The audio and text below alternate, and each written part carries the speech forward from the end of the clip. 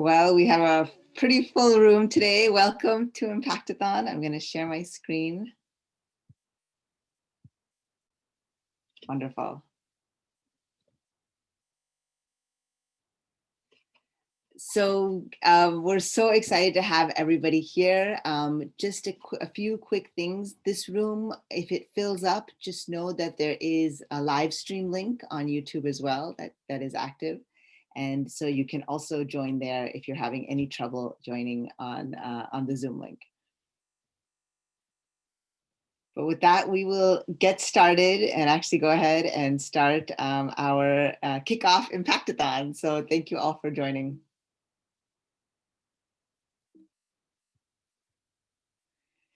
So I wanted to introduce myself. My name is Neetal, and you'll learn more about me ahead. But I wanted to start with this quote.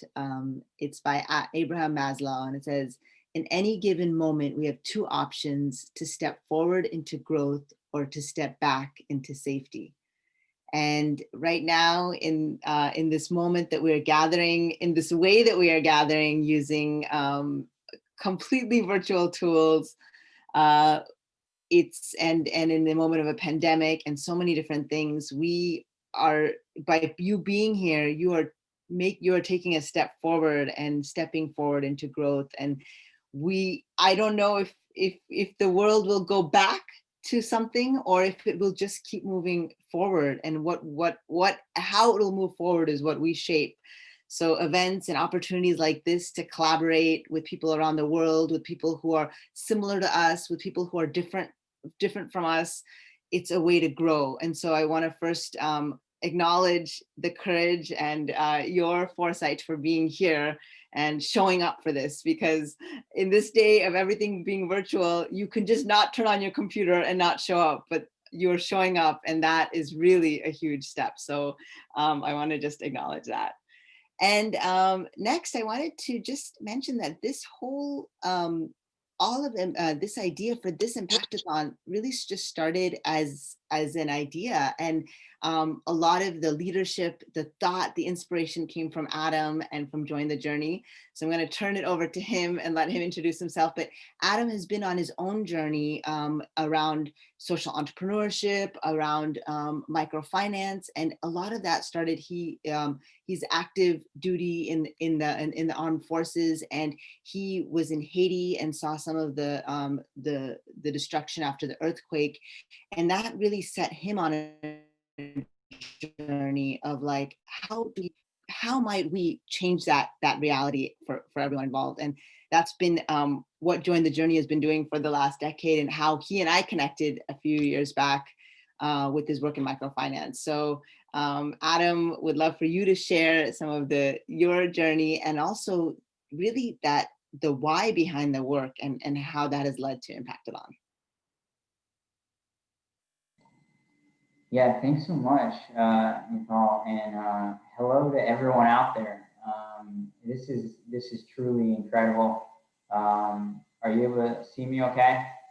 I don't know if there's a way, but yeah, I'm just super excited about this, and I see just so many faces and people that are here that we've just said, hey, come on and join and be part of this. And that's really the exciting thing, is when you have people that are just wanting to make a difference. So yeah, I'm just so excited. And as Neetal said, we just want to be a part of your lives for at least this next 24 hours. You can see from this presentation, what we're really about is just making sure that we are pouring into entrepreneurs and pouring into this entrepreneurial journey.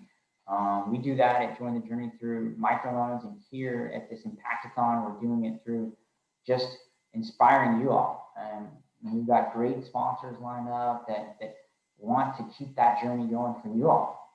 And we've got catalysts here that are saying, hey, I want to help you guys work through these problems. So it is going to be exciting. And I'm just looking forward to what comes out of all this. Back to you, Neetal.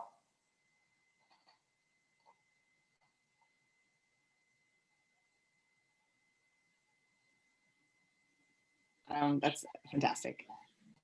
So what started out as an idea a few months ago was really just how could we make something like this happen? There have been calls 3, sometimes 5 times a week. There have been bringing in, tons of emails. I don't know how each of you kind of reached it, but just from this idea and this kind of, the audacity of us to say, how can we put on an event like this in a virtual setting?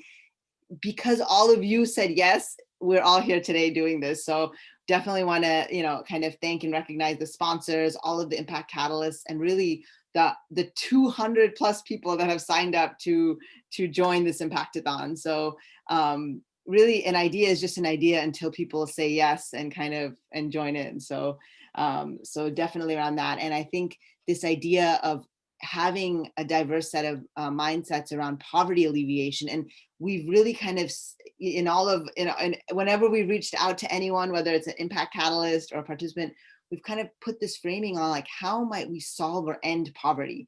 So the fact that you're in here today, I know that you probably have some thoughts on that, maybe some work experience, maybe some lived experience, and we want you to bring that all to the table so that we can all have these conversations. Some of the conversations, maybe people on your team have had similar life experiences, maybe very different. And this is really a chance to come to the table and say, let me share and let me listen, and let's see what we can actually build and create together.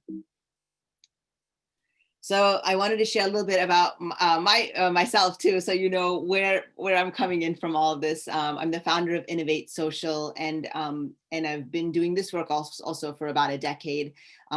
With the Innovate Social, the goal is to make social entrepreneurship more accessible and actionable.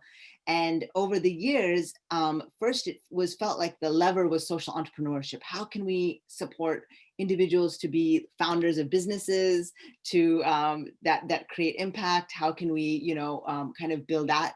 But over the course of this decade, it's really I realize it's really an ecosystem. We're never doing anything alone. We're always building upon that. So even with the work that I do with Innovate Social, I kind of think of it as a mini ecosystem as well, that it's content, it is events that are live or virtual, it is stories that are being shared and told, and so even as you approach your work, and I know Join the Journey is also building ecosystem, but it's great to think about your work as a social entrepreneur, but also what is the ecosystem that you're building, and what is the ecosystem that you are already part of by virtue of the work and the issues that you're solving.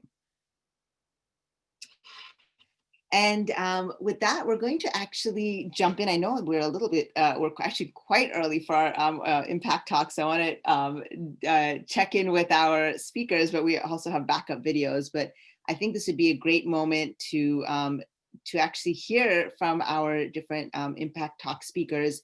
And with our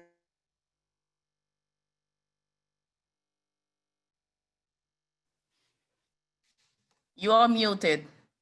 Neetal, you are muted.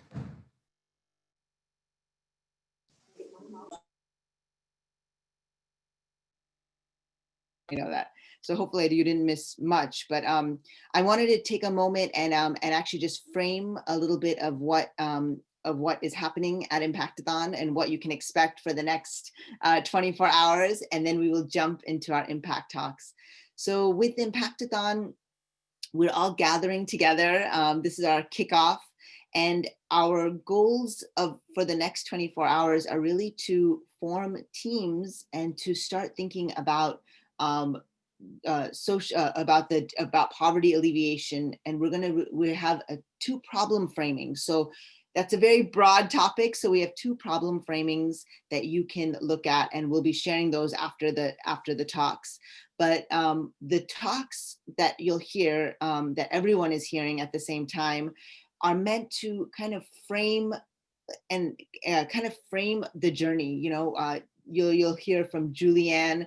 She's been looking at systems thinking in a very deep way around poverty alleviation, and we can almost like jump into her mindset, how she's had to think as poverty as not being just a singular thing that you're solving, but that it's really part of a broader system.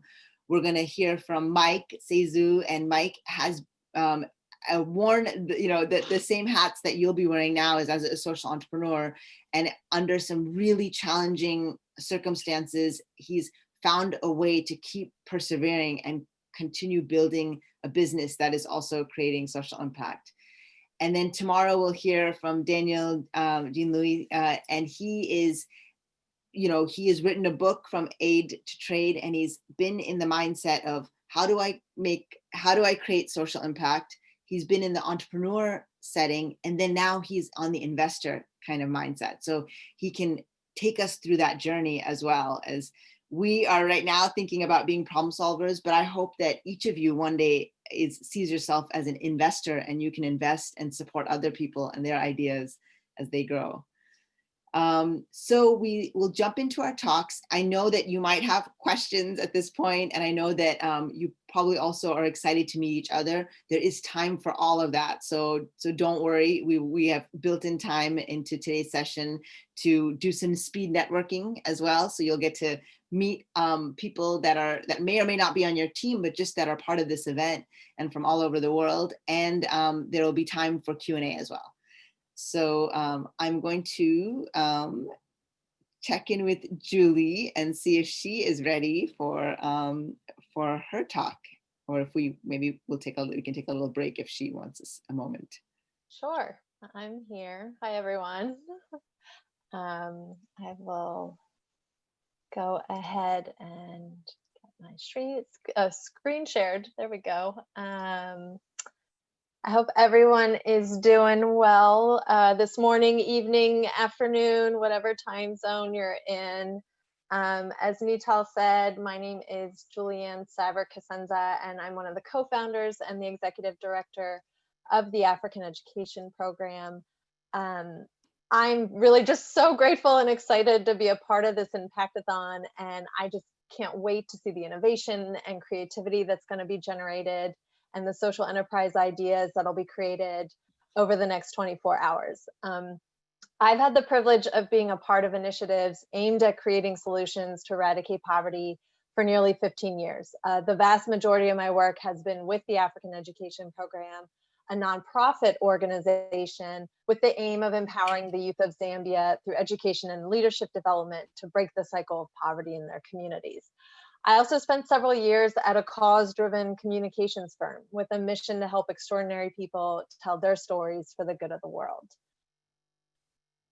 And this Impactathon has brought together hundreds of change makers from around the world. And despite our different nationalities, ethnicities, religions, and educations, our common thread is that we're each eager to create sustainable solutions to end poverty. Another common thread is that no matter whether we seek to approach poverty at a community, national, regional, or global level, poverty is systemic. It's rooted in economics, politics, and discrimination. And the different root causes may vary for each context, but poverty is still systemic. Too often, when we talk about poverty, we describe it as the current experience that a person faces. We describe it as a state of being, right? So for example, poverty is a family making less than $2 a day, or poverty is a single mom who cannot afford food or shelter for her children. Poverty is a girl living in a rural village who cannot go to school. But poverty is so much more than just an experience or a state of being. Poverty is the result of many systemic root causes. And these root causes may have begun hundreds of years before a person today experiencing poverty was even born.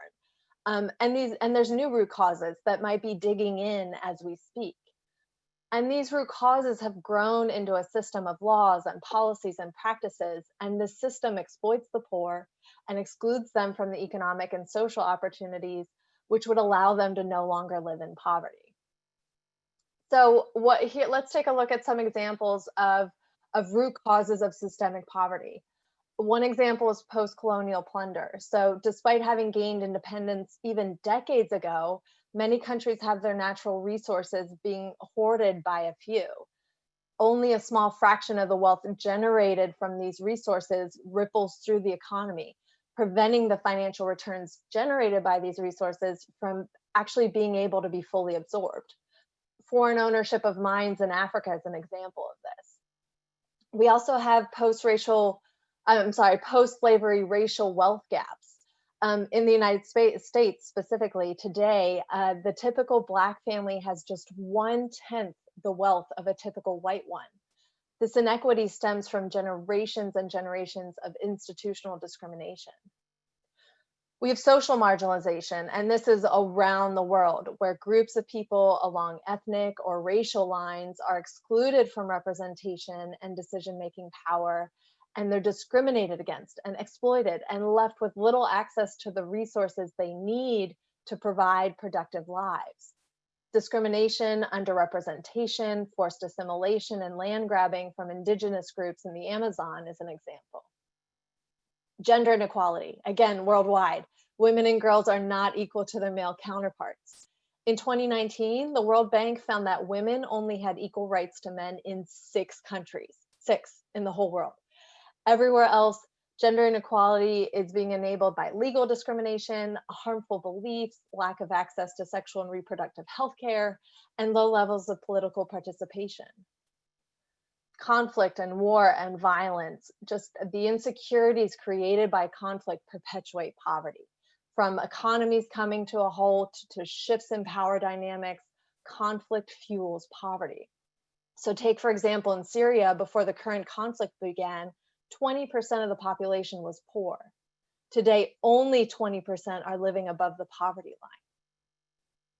We have poor infrastructure. A lack of access to health services, clean water and sanitation, and quality education go hand in hand with poverty. So without these essential infrastructures, too many people continue to live unhealthy lives. Food inequity.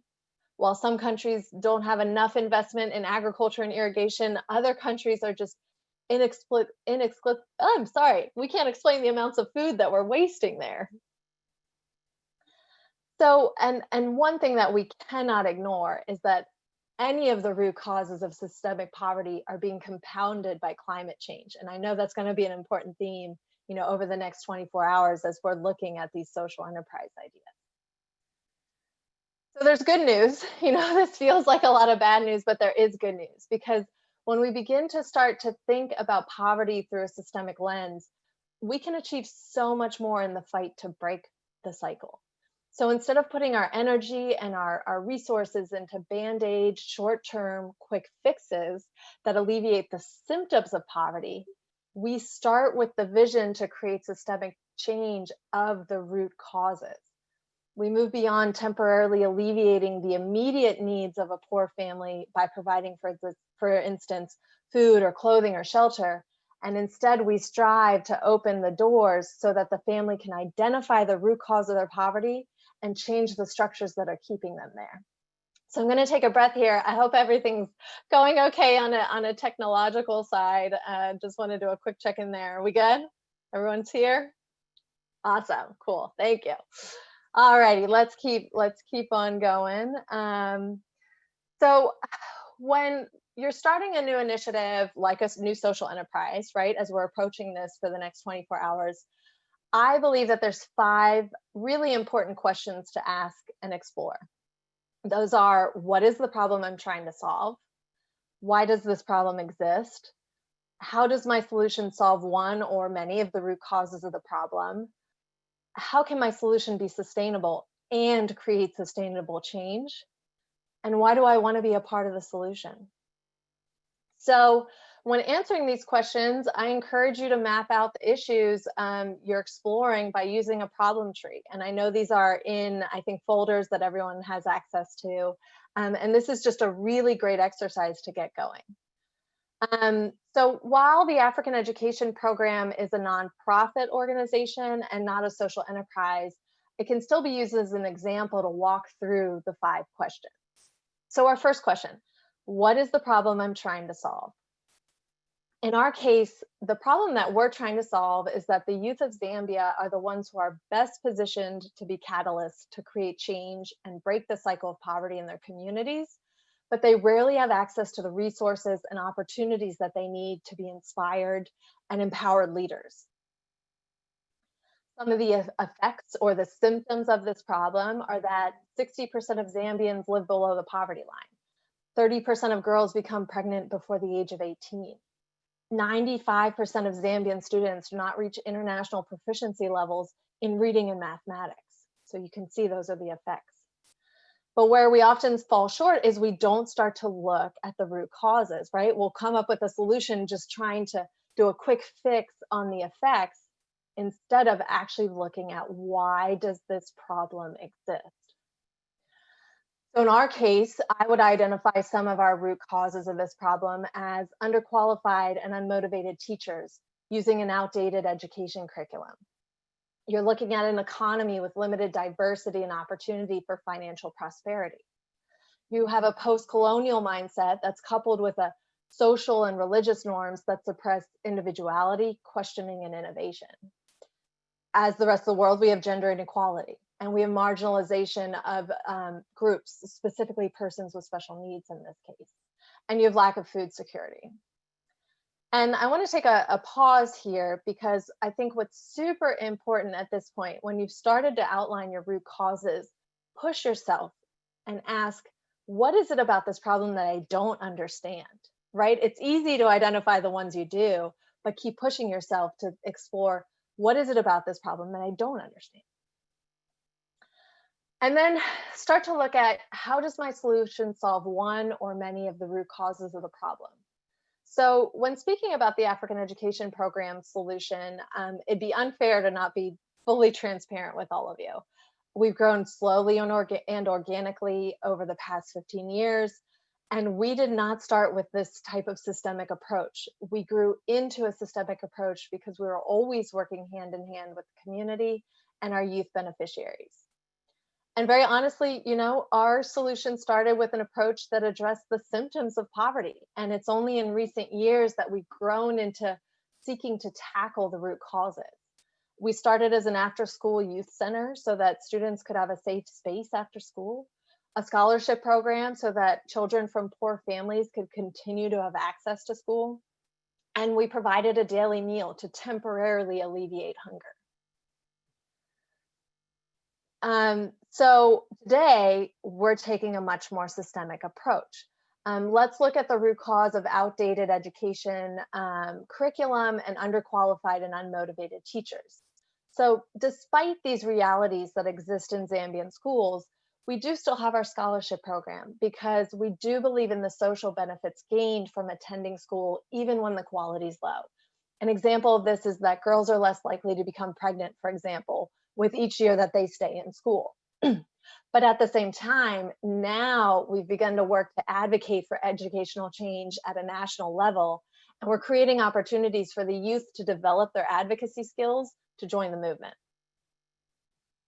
And so that the current youth, you know, are not left out while we're striving for systemic educational change, we're enhancing the educational quality that they have access to by providing quality tutoring after school and learning opportunities like field trips. Let's look at the root cause of the economy, right? And its limited diversity and opportunity for financial prosperity.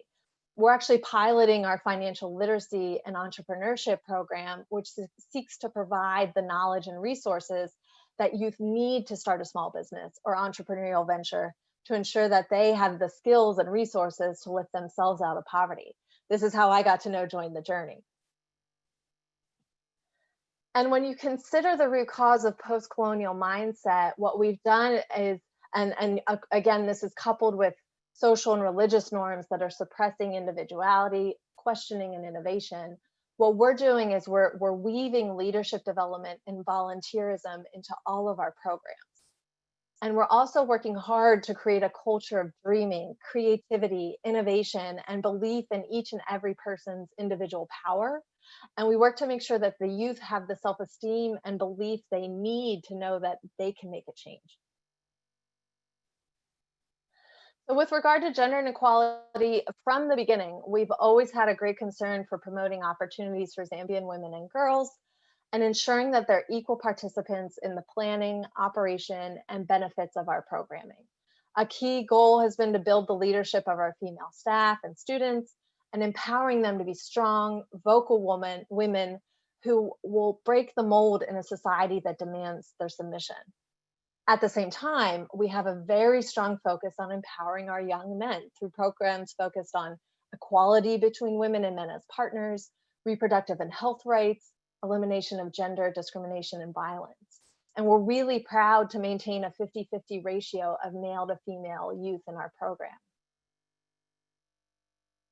To address the marginalization of persons with special needs, we're creating opportunities for boys and girls with special needs to learn the life skills that they need to live fulfilled lives, and also advocate for the changes needed in society so that they have equal access to education and equal access to economic empowerment. And as I mentioned before, this whole time we've been using a short-term fix regarding food insecurity for the youth by providing these daily meals.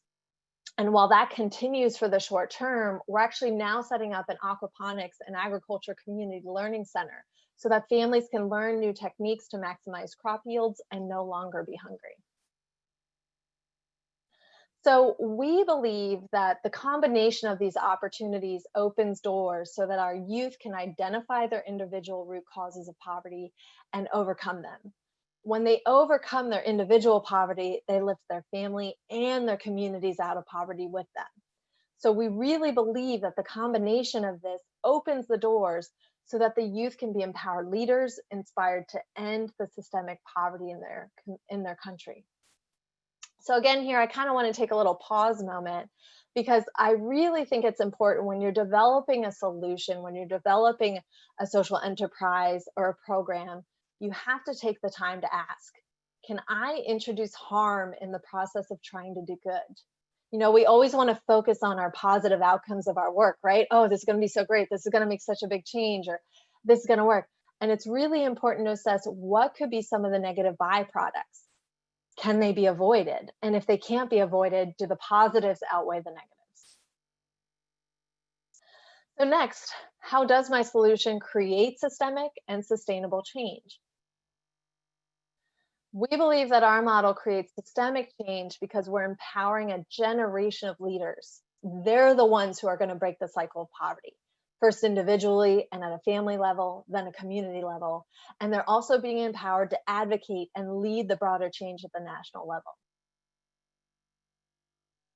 And we're working hard to ensure that this model is sustainable by exploring income generating activities and building an alumni program that encourages those who've grown up through the program to come full circle and then open doors for the next generation. So why do I want to be a part of the solution?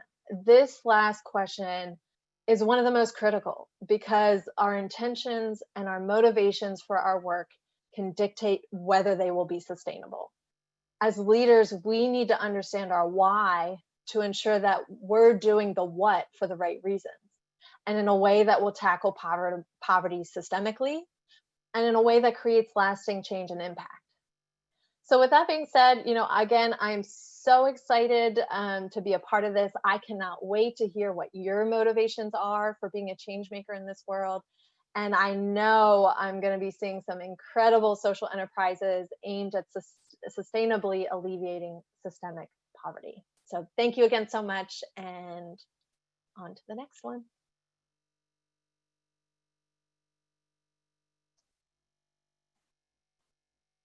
Incredible, what a framing, and what a way for us to kind of move into thinking about solutions and thinking more deeply about problems. With that, I will go into our next talk. I know a lot of people have questions. What I would maybe invite you to do is to connect with Julianne on Discord, so you can actually have a conversation with her.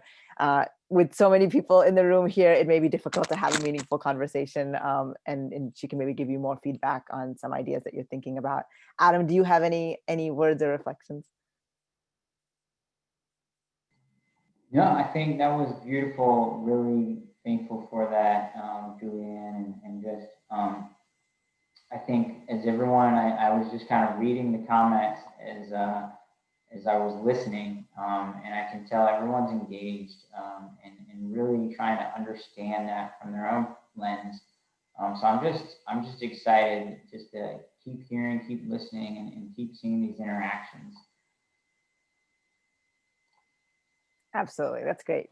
So we will move into our second talk, Impact Talk, with Mike Sehzue, and we have a video for Mike. He's online. He's online well. So if you he as well. So if you have questions, you can chat and you can type them in, and he can answer. So because he won't be speaking, so he can answer all your questions by chat. So let me pull up the video, and I'm going to share the audio. So I will just do a check from all of you. If you don't hear the sound, please just unmute yourself and let me know, but the sound should come through as well.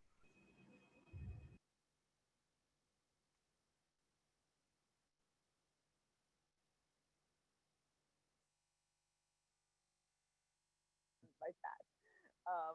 So let me.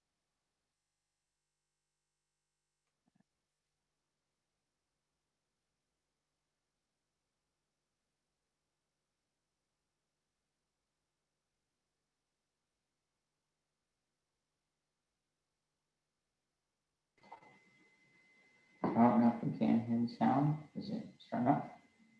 Let's see.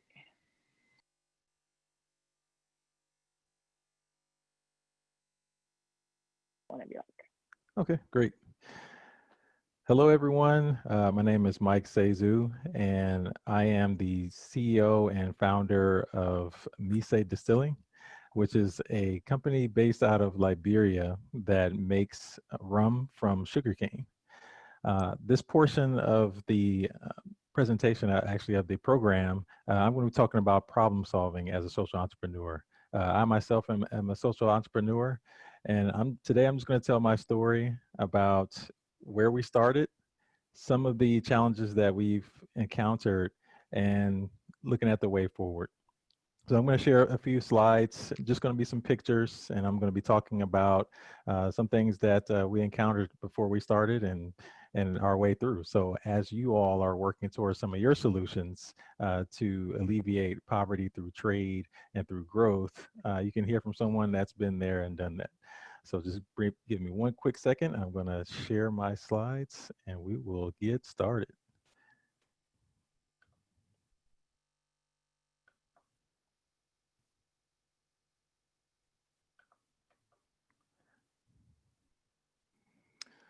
Well, all right.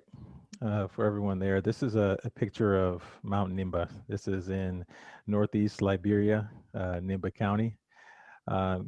Myself, I am a social entrepreneur, like I mentioned, and I got into the business of being a social entrepreneur through family ties. My father is from Liberia, and when I took my first trip to Liberia in 2010, I felt I needed to figure out what I needed to do to help some of my family and to help, the situation there. It's a beautiful country, and like many of you all, you're very motivated to help people, to use some of your skills and things that you've learned over the years to contribute to making a positive change around the world. I would say that it took some time to figure out what I was going to do first, to say the least.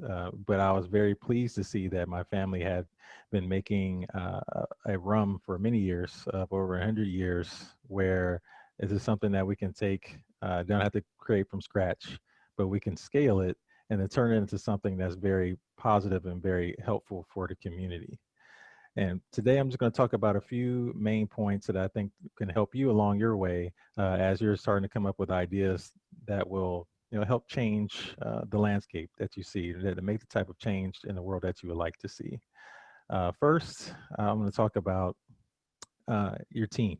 And the first thing that you should do is focus on team building first and foremost, and creating those relationships that are very helpful, those relationships that are lasting, ones that the people that are there that you're working with, the stakeholders, will know that you're there for the long haul, not just as a nice vanity project, but something that you're there to make sure that you're part of their growth as part of their growth as their way forward in their lives and their livelihoods.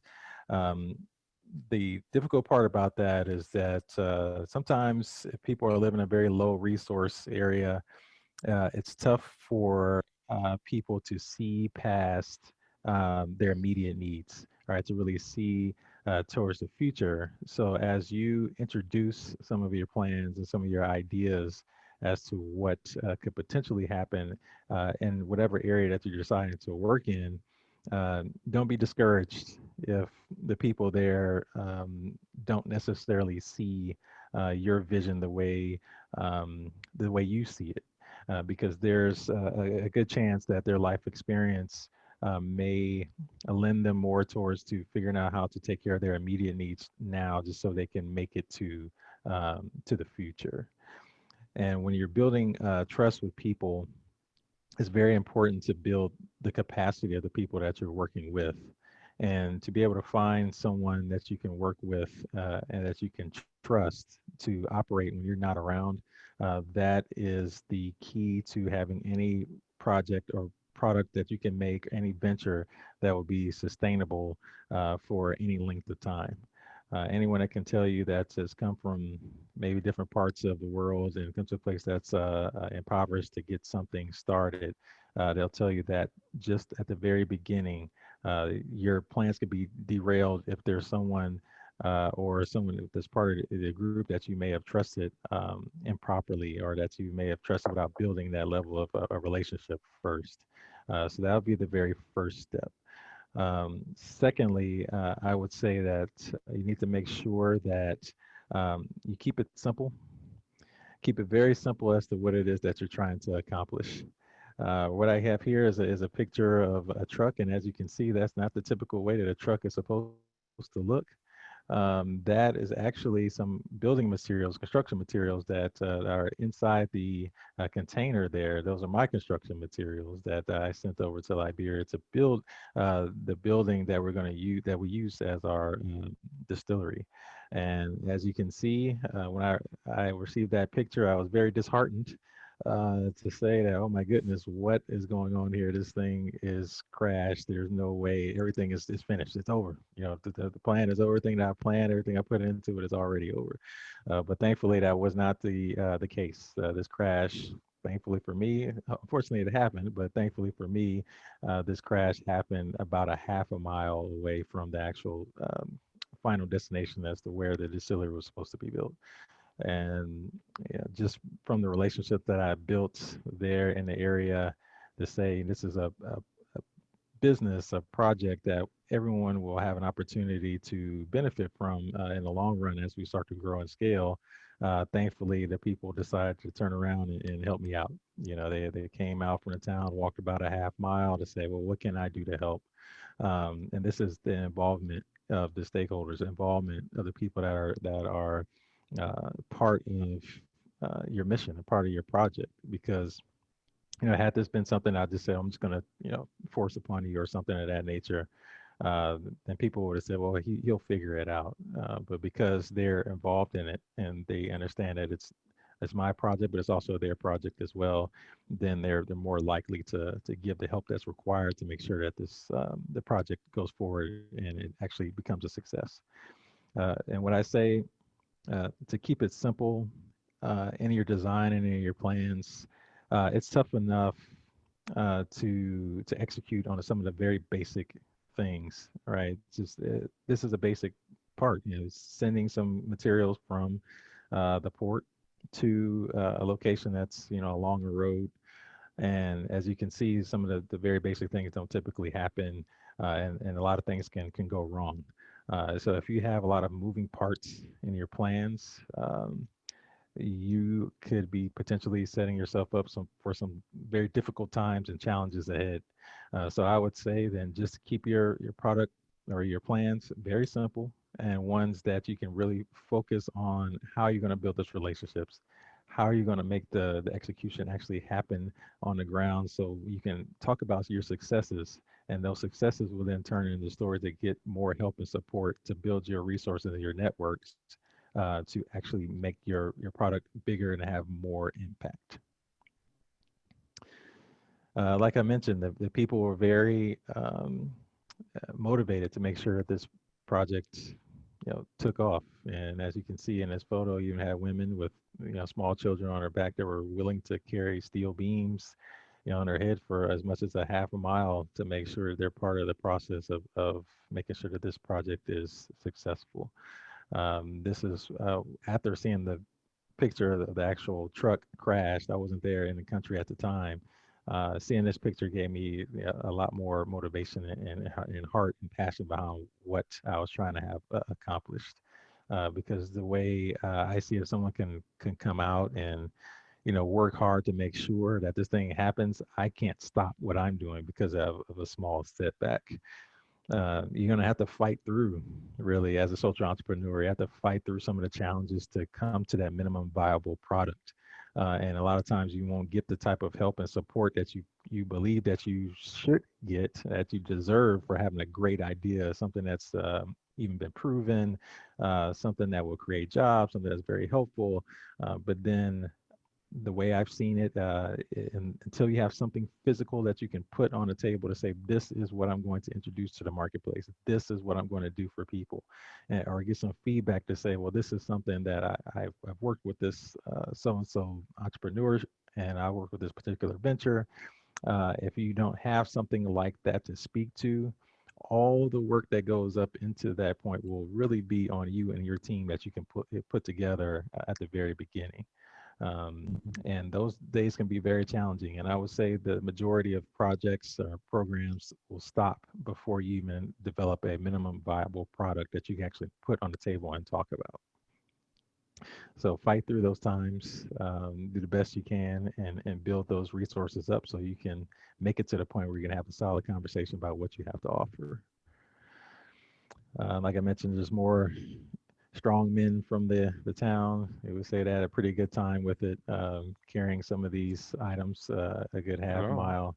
A lot of men from the village got to show off how strong they were in carrying some of these items. But it became something very interesting and almost fun to a certain extent for the folks there. They had a good time just really just singing songs and talking about how their blessing was coming, because they're part of the growth of their town and their village, and they all had dreams about what they want to have happen, in their town, and they definitely want to be a part of that. So, with that, it brings me to my last point was around relationships and networking is key. Definitely do not build your venture or your product in a silo, because you will need some of the support from mentors for things like this, like I mentioned here with the truck crashing on the side of the road, from needing help either with the ports or with government regulations or what have you. If you're just working in your small area, you're not expanding or telling your story about what you're trying to accomplish. You'll find that you may not have the type of support that you want. And if you do tell your story, you'll be surprised as to where the support and help may come from. Maybe from places that never even think about. If you just tell your story, it motivates them to think, well, maybe I can help in some small way to make this particular dream, this story, this product become a reality. Definitely when I talk about seeking mentorship, mentorship in general, being part of the Impactathon is a great first start if you haven't already began to network. There's the impact catalysts, like myself and other people who have been there, went through a lot of challenges, and I'm definitely open to being a mentor to everyone that's involved. And I can say, thankfully, after everything that's happened here, we started this business back in 2012, and we've been running it for 8 years now. So even though you could experience some setbacks, it's not all over. Just if you just stay persistent and do things that I mentioned as building your network, then everything can come out in a very positive way. Uh, but like I said, it will not be without hiccups and challenges, because you're making a change to something that is new. You're changing the status quo, and to do that takes time, it takes energy, and it takes persistence. And thankfully, we finished our building in a decent enough time to start the process. But then we experienced some setbacks again. And here's a photo here of actually the gentleman on the left in the striped shirt was one of my partners in the business. We were, getting started talking about distribution and everything that was, going to happen. And, unfortunately, the gentleman, Mr. Bata Abor, he got sick. He got sick, and it was something that was probably, you know, probably rudimentary or routine if he lived in a first world, so to speak, or a country where there's a healthcare system that's robust.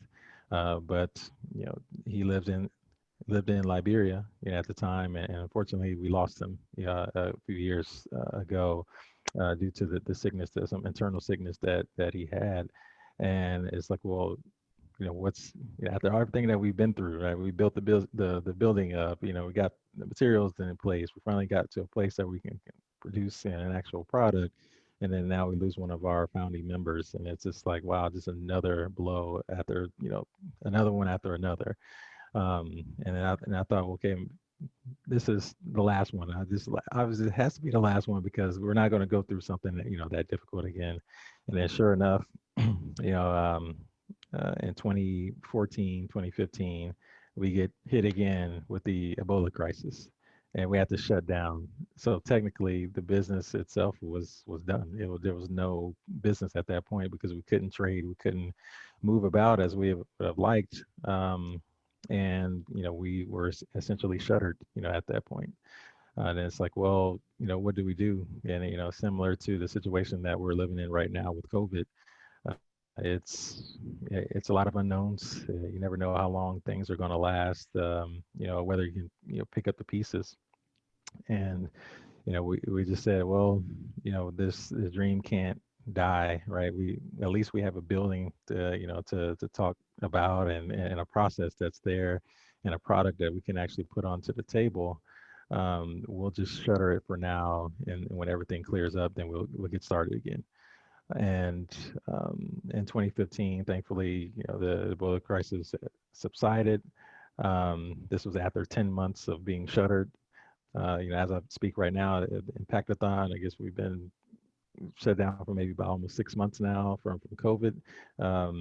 Hopefully it doesn't go another 4 or 6 more months, but just to tell you, it wouldn't be the first time. And as all entrepreneurs have done, and our entrepreneurs will do going forward, they'll work through some of the most challenging things that they have, challenges that they have, just to make sure that they make their vision actually come true.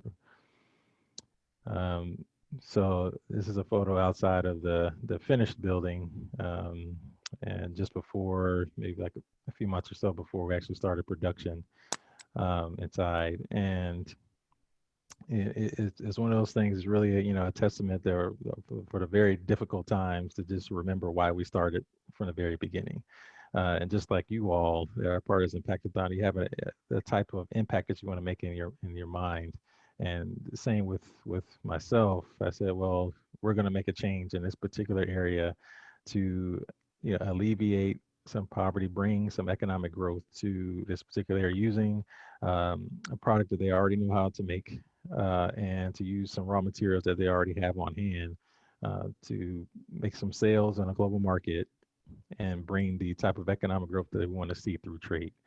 And it just so happens to be rum that we decide to make. But keeping the end in mind, it's kept us through some of the more difficult times that I mentioned earlier. And surely, through your plans, you have to make sure that you plan for the challenges that you could potentially have as you start to build that product out, or that venture out, to help and make that impact happen. So, with that, I'll just leave by saying, you're making foundational change, in the place that you have in mind. You're creating ideas to make a change to a system or it's an area that probably has not received that type of change before. So just stay steadfast, stay persistent, and every small bit counts. I would say to also to just, be that change, that you want to see, in the world. And even if something gets shuttered, is not over. You're still building. You can still build your network. You can still find people who can help and support you, and just make it a lifelong mission. Make it something that you want to get done, that you'll see happen. You'll see the impact happen no matter what. So, regardless of the size of your business, whether it's something very large or very small, you're making a difference. Just keep at it. Don't give up, and feel free to use me as a contact, or as a point of contact, or just someone to talk to about some challenges. And that's what we're here for as Impact Catalysts. And we're looking forward to connecting throughout the day, and even after the program is over. So guys, thank you very much. Again, Mike Sehzue, the CEO of Miseh Distilling, producers of Sangha Rum, and looking forward to talking to you all sometime soon. So thank you very much.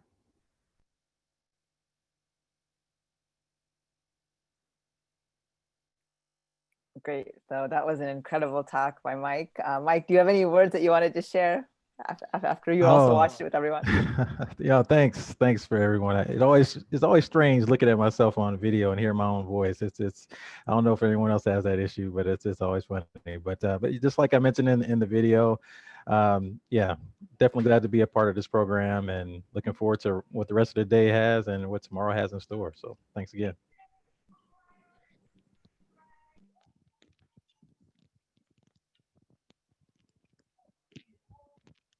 Time, so they are like looped in for different for different parts on Discord. They're both on Discord, and so that's really great. So I know that everyone is probably just ready to engage and talk to each other. So what we'll do now is we have 100 people in this call, and we are going to split into groups of 4. So 25 teams, 25 groups, and you can get into your group. And really it's going to be randomized. But the thing that you'll talk about in your group is, what are 2 things that stood out for you from these talks? You've heard 2 very unique perspectives of people that are in doing the work, and that have also brought up a lot of different aspects of what poverty alleviation is. So you will have about 10 minutes in this group, maybe 15 to give you enough time, and then we'll come back together into the big room, and then we will get to the scenarios. So really enjoy this time, and use it as a way to meet each other. So this will just be putting you all into groups. In Neetal, is the 100 maxed out, or is our people that are listening from home? I mean, I want to make sure that if people are trying to get in, is there anything that is they're watching these videos that we should give them any guidance on? That are watching by YouTube live stream?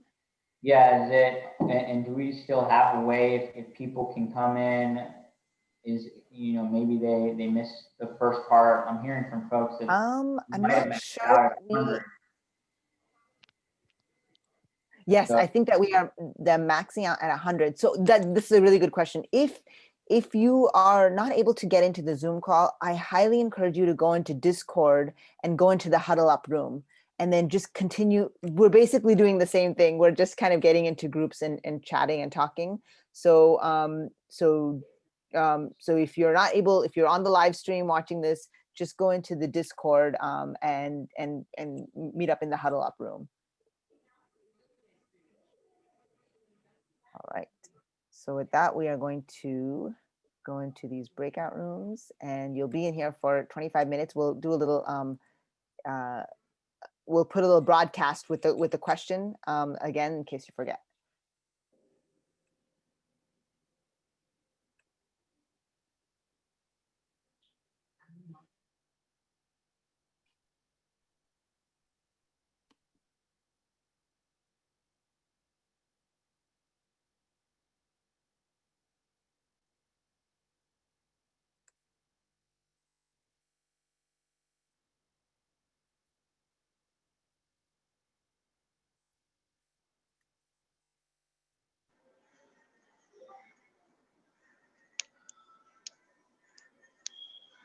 Hola.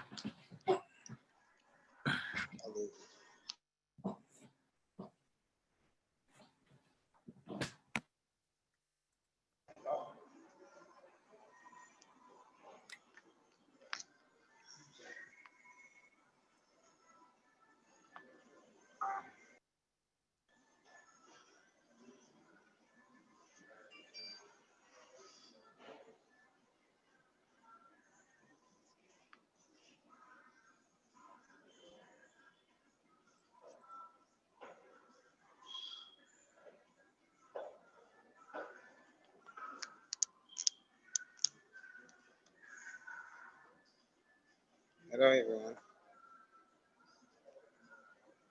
Bye bye bye. Hello. Are we in a group? Hello, everyone. Hello. Hi, Osmark. Can you hear me? This is Peter speaking.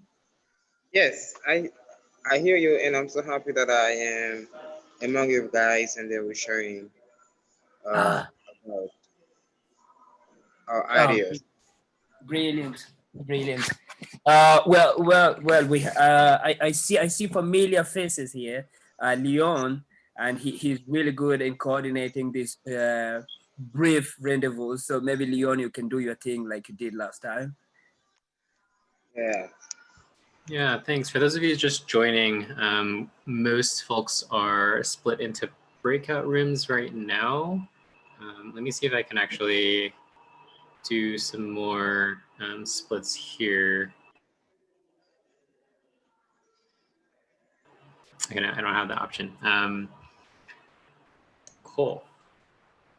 Yeah, I mean, up to y'all how you want to use this time. It was intended for, I think, this next section just to get to know each other. So if anyone else wants to introduce themselves or join their assigned breakout room if they already have one. But otherwise, those that are here, you can just go around.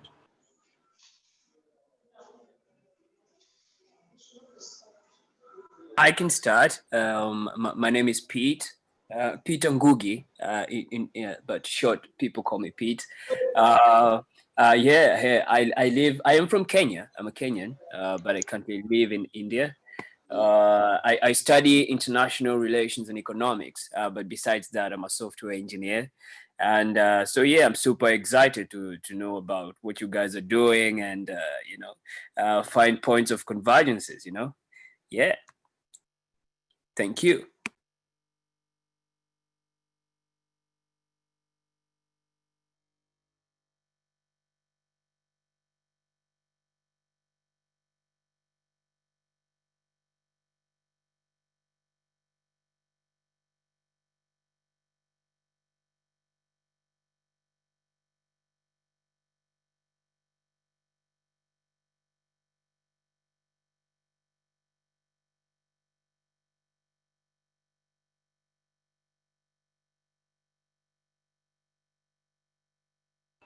Anyone else want to share? Can the rest of y'all hear us?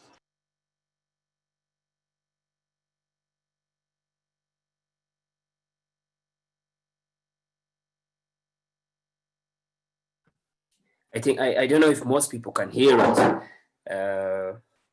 but I see.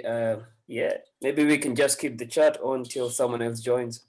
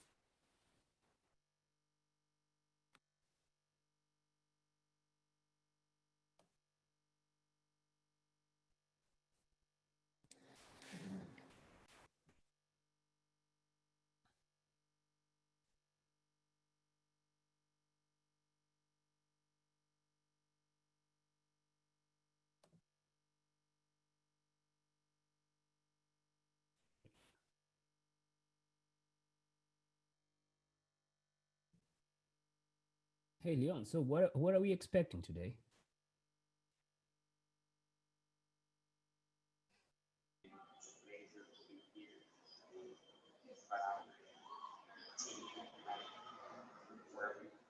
Hey Neetal, good to see you here.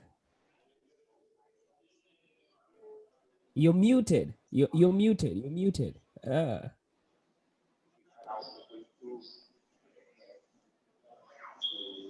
move some of the folks into smaller rooms. See how I can do that.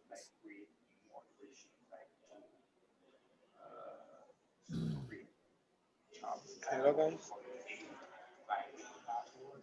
Yes, I'm back. I'm so sorry because the connection was not good and I was not able to let my video come. It's like, yeah, it's a pleasure for me to take part and then and to share ideas about how we can put together and to solve these issues here in the world and what best we can do in order to bring our help to the most vulnerable people, especially the children that I am mostly basically are working on. And I do appreciate this, and I hope that we can see how we can bring our help and to reduce the delinquency and bring hope to the hopeless.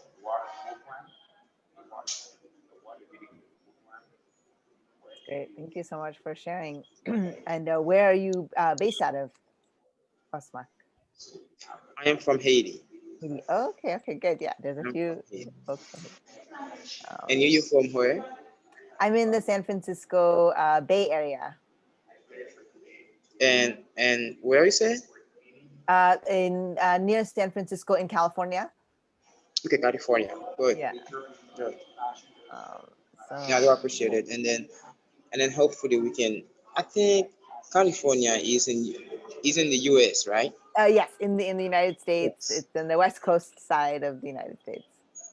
Oh, great. So me, I am working as a secretary in Haiti Compassion Work, and then we work about assisting the most the most vulnerable parents. Like there are some of them who are not really able to help their kids, but we create many opportunities for them to see how we can assist them by sending their kids to school and to solve some basic problems, some basic needs. So we always working on it, and we hope that one time the light will bright and they could see the hope finally. And yes, the change can come once we have the same heart and we share the same love. That's great. I don't know if people on the call on this in this room had a chance to see the impact talks, but would love to hear anything that stood out in the talks for you. And I see, oh, Peter to go get. That's great. What good in this room as well, and Leon, of course. And, It's great. yes. Yeah, it's great. I I've seen you did. talking, and then I've seen you talking, but unfortunately, my phone was on mute, so Oh. I'm not really strong using the Zoom meeting because yeah. But right now I see it's worked. Yeah, but I do appreciate it, and I do appreciate all the initiative taken in order to see how we can bring solutions to what might become an issue for us. So I do appreciate it. And your name is Neetal, Parekh. Yes. Yeah. Neetal Parekh. Yeah. So yes. So anyone would like to share anything that from the talks, if you had a chance to hear the talks that maybe you found interesting or maybe you related to. For me, I thought like in the work that I've been doing over the years, here even I could kind of relate to both of them in some ways. The social entrepreneurship that Mike was saying and all the challenges, I think that is really what social entrepreneurship is. You start something and then everything breaks and you have to keep moving forward. But also with Julianne's talk, over the years after doing this work, I also realized we're never working just on a solution. We're always working in a system. So I think for me that also like I connected with that too. Yeah. Yeah. I And think I connected a lot with interesting. the lady who said that So if you interesting. keep So girls in school, as you many have other to. spaces, and I do appreciate Leon Wang. He's been talking and I don't know about Chim Fwembe Chisashi. There's many other names here that I would like them to introduce their names and then. Hi, I'm actually quite impressed you've pronounced my name correctly. It's Chimfembe Chisashi.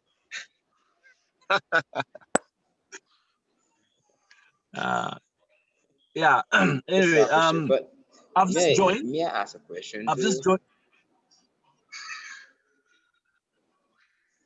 Sorry. Are you there, guys? Yeah. Hello. May I like? Yes, I would like to ask Yeah, a yeah. question to you. Yes. Okay. Thank you. I would like to ask a question to you, and because I don't really like to question people, but to know each other is like we have to question. And I remember when I was young in my school, they say the teacher always say the the child we want to learn always ask a question. So that's why I am about asking question just Yeah. to know more. How do you think, guys, we can put together in order to solve this poverty or this hunger and the most vulnerable places around the world? But as I am in Haiti, I must know things about Haiti. So how can we get things um, better and to bring light to the darkened heart and the most vulnerable places, especially in Haiti and Africa and other places? How do we think we can put together and then to bring these solutions to? Okay. Hi. What I think is education plays a part in poverty alleviation. I'm not really talking about very advanced kind of education. I'm just referring to the basics. I think that's the starting point. If we can have people have basic education, it changes their mindset. I can give you an example. I was doing some trainings today in in readiness for Zambia launch. We have a number of entrepreneurs, micro entrepreneurs. I was actually meeting today. You will notice that illiteracy is kind of high. You find that even the basic entrepreneurship principles, such things like financial management, even just setting up a business. If we're able to Seems the people connection to, is like a little bit slow and the connection is a can you hear little me? bit. There's a problem in the connection. So Yeah. Okay. Okay. First yeah, of all, I'm just on my way home, so yeah. I just So the parked and connection is a just little thought of bit slow. I don't really hear you. you can My hardly hear friend me. Chisashi. Yeah. Okay. Because I can hear you. Let me see. Maybe if I can. Okay. Give me a second. Let me just try and see if I can change the connection. Because I was just on my way home, so I just parked for a few minutes. Let me take the internet. Okay, so are you able to hear me now? Hello? Yes, yes, you're very clear. Very clear. Yeah, so I was saying, I can hear you. I think, yeah, so I was saying, basic education plays a role. You will notice that where people are a bit enlightened, even when you introduce entrepreneurship, they're able to succeed. One of the things that, as much as Yes. we try to help people, Chisashi. It seems the connection is not really good because I can't hear you clearly. Hopefully you hear me, okay, guys. let me So drop for the off one and who then just try coming, and connect. I've been asking a question about how do we Hey guys, I think how we're can we all joining back in do in order to solve these issues? Okay, let me do this. Let me drop off and try connecting. Maybe the connection will improve. Okay, and now we're actually all back in the big room. So we have like 100 people now in this room, but we will do the small rooms again. So I hope if that was a good experience, feel free to use the reactions or the emojis to like, you know, how did your conversations go? Was it a good experience to connect with each other in a smaller setting? I hope that went well. So now it was awesome. It was great. awesome. Good, Not to really. cut you off, but it was really quite valuable to get to know some of our peers a little more up close and personal. That's exactly what we are trying to do with this Impactathon. So I'm so glad that happened, and I hope you connected with people who won't be on your team, because this is a chance to really get to do that. So now what we're going to do next is, in the chat box, I am going to put a link to the scenario or the problem framings. So you can find that right in the chat right now. And I'm going to send, you'll be back in rooms, again, randomized, and this will be a little bit longer. You can take some time, maybe even just mute to read the scenarios, the problem framings, but then you can come back with your group and actually just talk through them a little bit with this random group of people that are in Impactathon. But it's our first look at these scenarios, so you will have a chance to kind of read it for yourself, and I digest it and discuss it with the small group. So we'll be in these rooms for another 10 or 15 minutes. And I wanted to just say a note, please feel free to take a break at any point. I know this has just been, back to back, but you need to, grab a drink or, go to the restroom, do anything. You can always just mute yourself and, turn your video off for a few minutes. But we haven't scheduled some of those in there. And if this was an event in person, we would have scheduled those. But just know that at any point throughout this experience, you please take care of yourselves too. So I'm going to send you all into groups, and if you have any questions, just let me know or send me a chat.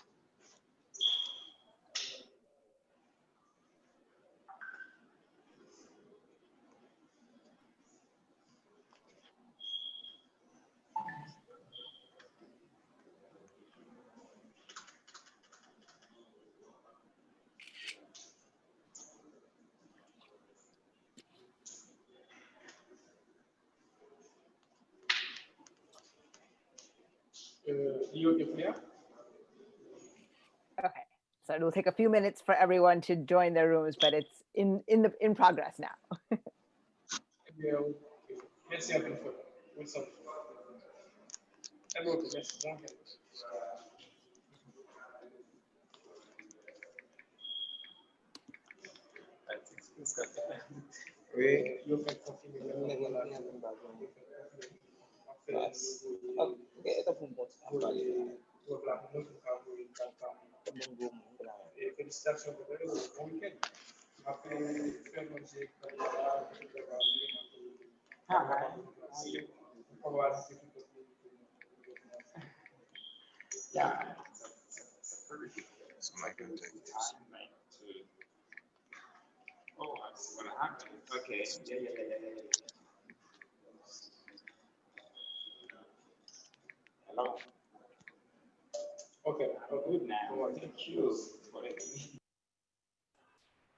Hey, Neetal.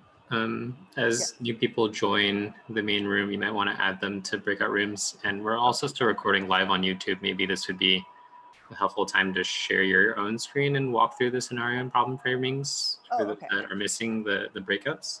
Oh, perfect. Good.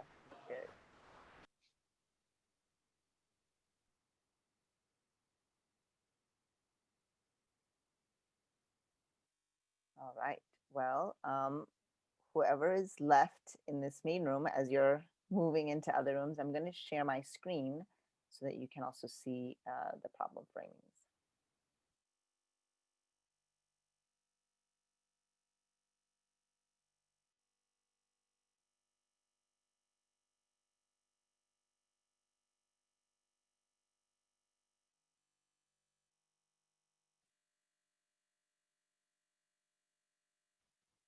So I'm just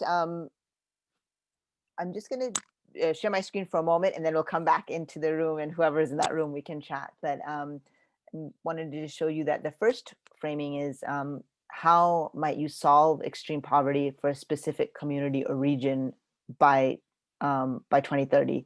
And so there's a little definition about extreme global poverty is often defined as living on less than $2 per day, and a little bit about that, what extreme poverty can lead to. So it can lead to malnutrition, increased child mortality, decreased life expectancy, and other effects. And it says that although extreme global poverty has been decreasing over the past century, in some regions it's actually increasing. And with COVID-19, there's a thought that it might actually increase. So even though we've been on a downward decline, it positive.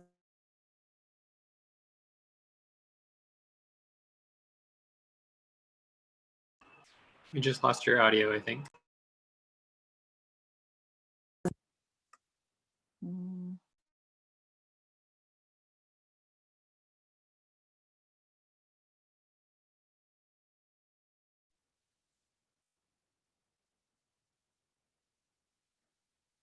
Okay, and so yeah, and then the with this actually there was an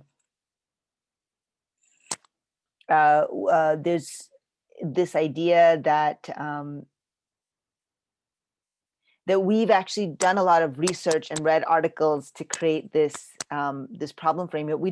We purposefully didn't put a lot of those links in there because even from all of the things that I've been reading and watching, and we've been reading and watching, so much of this is really up to interpretation, and also from it when you're solving a specific issue or a specific community, the people you really need to talk to are people in that community or in that region. So so some of these things are we've put out there in this problem framing so that you can actually go and research more or go and have more conversations, but that you have a stepping off point to do that.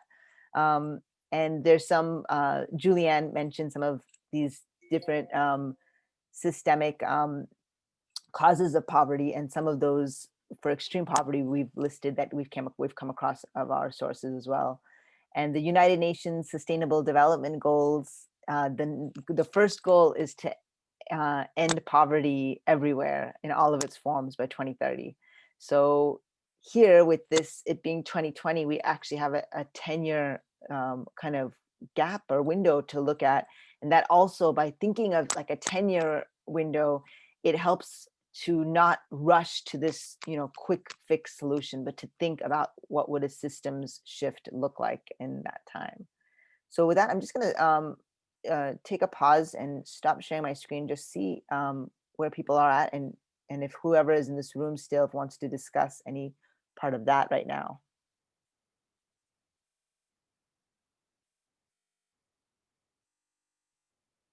And I'll see if I can also put you all into.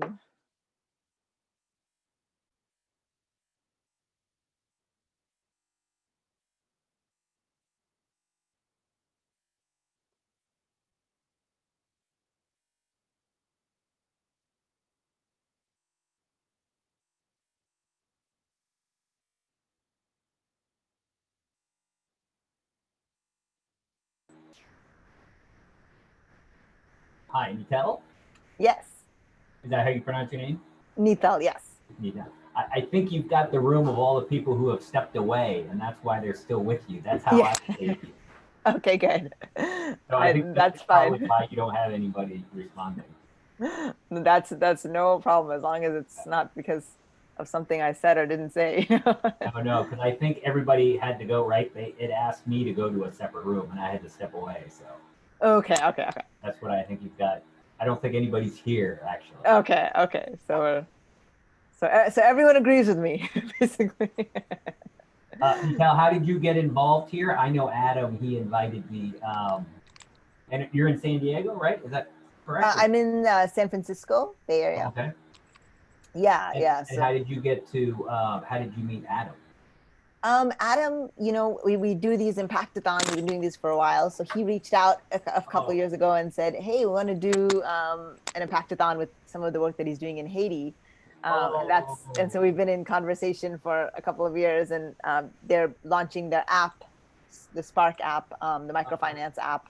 So I think in the energy of that, he said, let's do this. So that's kind of how Got it. So you are so just tell me about it. So I'm not familiar with this.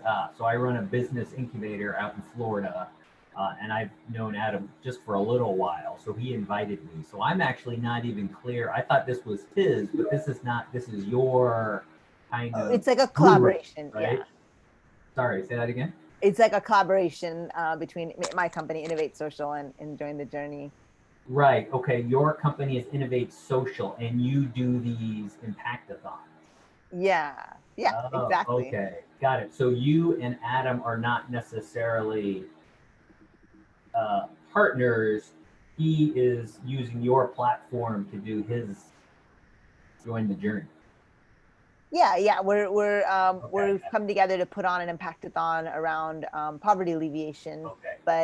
But yeah, he's kind of tapped my company to support. Right. Okay, that it all makes sense now. Okay, great. Thank you. Thanks. Yes. Well, Matt, I don't know if you had a chance to look at the framings, but would love to hear any thoughts that you have. Or I see Anita on, I don't know if Anita's online, but I see her profile photo, and Omkar, who I was just in the last call with, last room with. But if any folks have had a chance to look at those framings, and if any questions come to mind, or any thoughts, or if one kind of calls out, I think that's the thing. If one of them kind of connects with you, or what part of poverty you're really motivated to solve. Like Matt, I don't know if you're in San Diego, and I'm sure there's a considerable homeless population there, but even in the Bay Area there is. And sometimes I think when I go up to San Francisco, I think, wow, we've achieved so much in this area, but we still have such a massive group of people that are, sleeping on the ground, and that is just like, it feels like that's solvable, and we just haven't figured out how to, like, gotten the right people in the room and the right mindset to solve that. But it feels like it absolutely is solvable. So yeah, I'm actually in Florida. I mean, I'll talk as if nobody else is here who is raises their hand, but I'm actually in Florida now. But I think this is interesting. I spent some time in Africa and then doing work on the continent while I was in the military. And I'm always surprised that we, as a society, have been trying to tackle these problems for 50, 60, right? I mean, you could even say 70 plus years. And it's always interesting to look back at what we've done before, and what's been successful and what hasn't been. And the same thing with tackling kind of homeless problems locally, whether that's San Diego or San Francisco or even Florida. Right, the challenges that we've had, over long periods of time. So I know I most certainly don't know the answer to those, but I do work with a lot of nonprofits, and I see a lot of the same issues from nonprofits, right? That they kind of, in a lot of ways, lose their way because they become fundraising organizations as opposed to kind of what their true mission was. So I see that quite often. okay.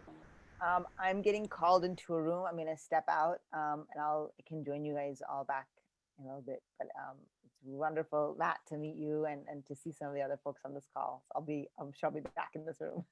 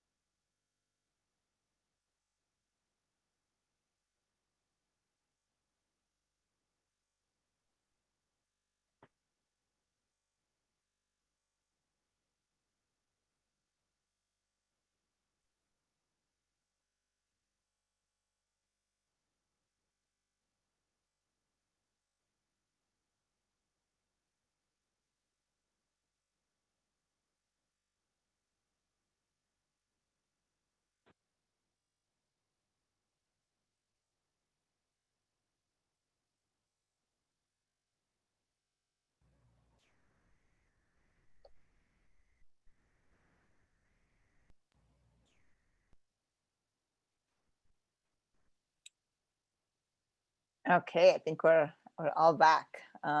So good to see everyone again. I wanted to just actually see, because I'm not able to go in all the rooms. If maybe 2 or 3 people just want to share what their experience was like in the conversation, you can just unmute yourself and just share a little bit. So just so that we can get a snapshot of what it's like, or what the conversations are like in the room. Hello, Neetal ma'am. Hello, Neetal ma'am. So this is Yukta here. Well, actually, we just went through the problem, like the 2 scenarios, and we just discussing that we talked about the first scenario, like, how can we, like, what are the different measures to combat poverty and everything. So we're just going through the points that which can help, like when we talk about unemployment, or when we talk about illiteracy, or different areas where we need to improve on, strategically develop. So that's what we discussed, and it was amazing to meet so many people, like meet people from outside. So that's really amazing. Yes, yes, Neetal, it is a very amazing session I had before, because we are conflicting in between the formal education and informal education. Whether the Sindhudi has pointed some points like education, women empowerment, some talented people are there on the globe that should have to be in a focus for the problem-oriented problem solution for this poverty. And also some people are really working for that, and that's a formal education, and combination of formal and informal education, we can continue to solve these issues, like global issues, because it is a global issue and it is a mission for us to solve this problem. And this is not a problem, this is our duty. Great. And I think maybe Jack had raised his hand. Jack, would you like to speak? Thank you both, Gustav and Issa, for sharing.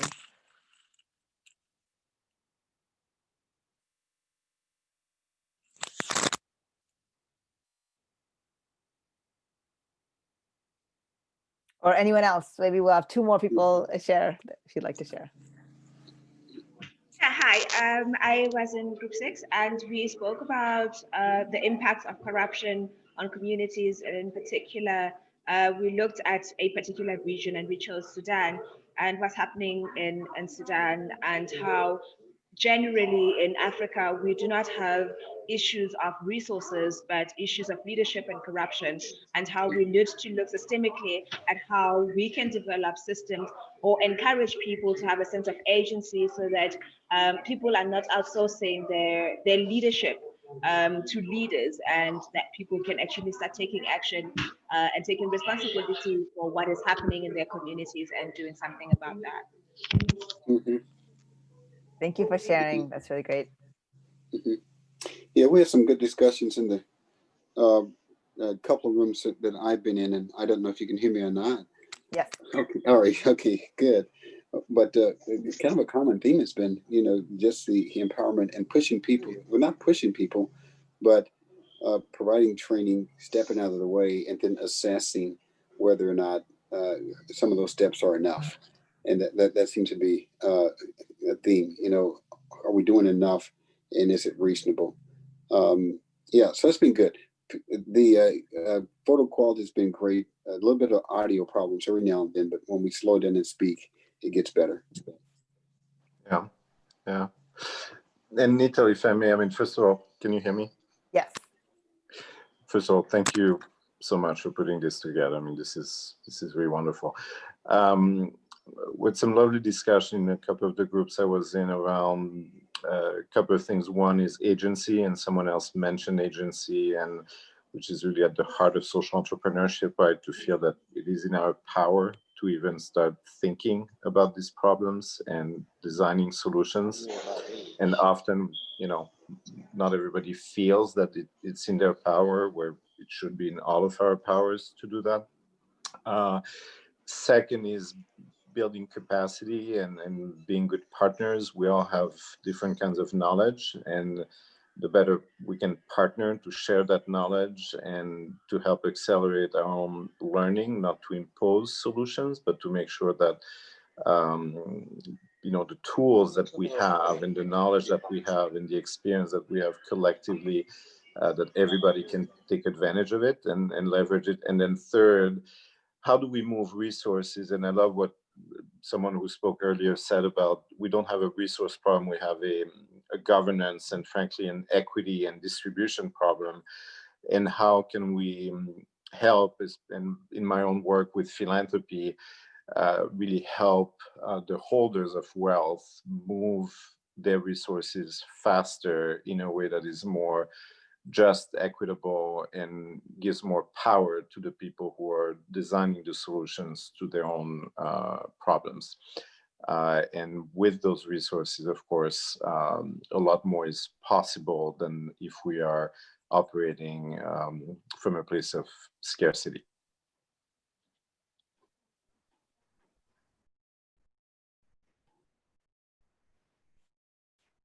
You to share any thoughts you have or any reflections.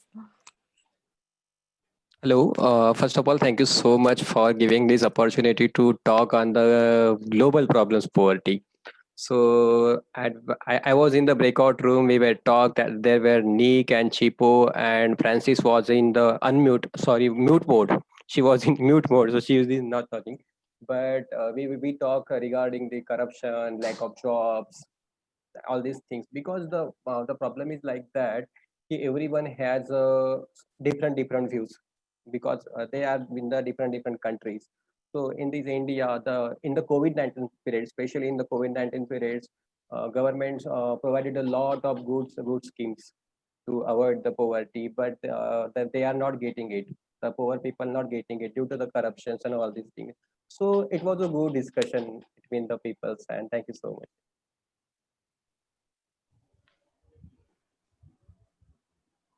Yeah, if I can chime in, my group, we talked about the first question a lot, and how solving extreme poverty in a specific community is very dependent on the issues of that community, and it can't really be applied on a global scope. It's not like we can transfer a solution from one community to the next.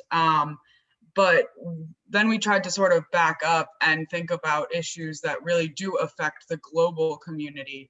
And one of the big ones that we talked about was gender inequality, because immediately that's 50% of the population that's not being used efficiently and effectively and contributing to society in the best way possible. And then the barriers to gender equality, which can be lack of education or infrastructure or economic opportunity, and how sort of all of these issues work together in different ways to really exacerbate the problem. But if we can develop solutions that pinpoint more than one of those root causes, it can be more of a sustainable solution in the long run.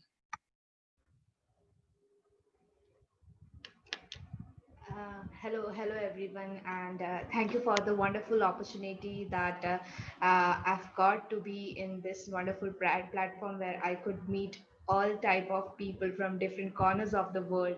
And it was really interesting that when like in our group there were like corners from every corners of the world. Like Sehzue was there, he was from USA, and Violet was there, she was from Kenya, I was from India, and we too had Precious, and she too was from the African country. So we were talking about like what is the root cause of the poverty, and we came up with a solution, and it was education. Yes. Because Yeah, go on in here. each and every country, So, they do have the government do provide free educations, but people are still not accessing to it, and which is ultimately causing unemployment and leading them to poverty. So it was really a great discussion, because we were literally talking about what's going on in your country, like what's up with that. And it was really nice to meet everybody, and thank you so much. I'm looking like I didn't felt so far that this is a competition, but more like, okay, we all are like-minded people coming together to solve a big issue called poverty. Thank you so much. Thank you. Thank you so much. So we'll have one more comment. Asmak, is that Jack Asmak? You can go ahead and make your comment, and then we'll go on to our next part of this. There's a small there's an impact workshop that'll be the next part of this. So go ahead. yes. I just trying to say, I'm just trying to say, my heart is so happy in order to take part in this great meeting, and then also to share many experiences that we have, and that is so meaningful to me. Especially, I could see how life would be worse if God did not give me opportunities to be educated. So you could see most of the actions, murder is happening in the world are caused by children, especially people who are 18 into 25. It just the whole generation to get disappeared. So how can we solve this? We have to start through education.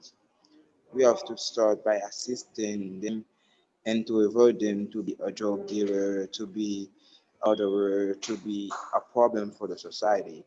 But if we try and then we try and assist them through education. So me, I am more concentrated about how we can get less delinquency in the world than just saying hi goodbye to people. You see, we have to start we have to singing goodbye farewell, but we have to trying to start by singing happy new life to those people who are about losing their life. So I'm happy again to be able to see how we can get things better once we put our heads together. Yes, we can do it. Nothing is so high once we know that we are human beings and we can solve each one of those issues. Um, yes, many things I'll be discussing on.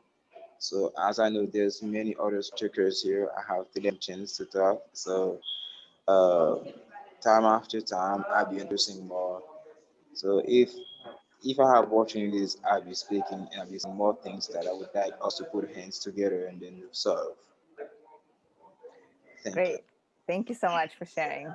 So I want to give you guys just an idea of where we are at. We have been through, we've all met each other. You've heard some, kind of gotten a background of what our experience is like.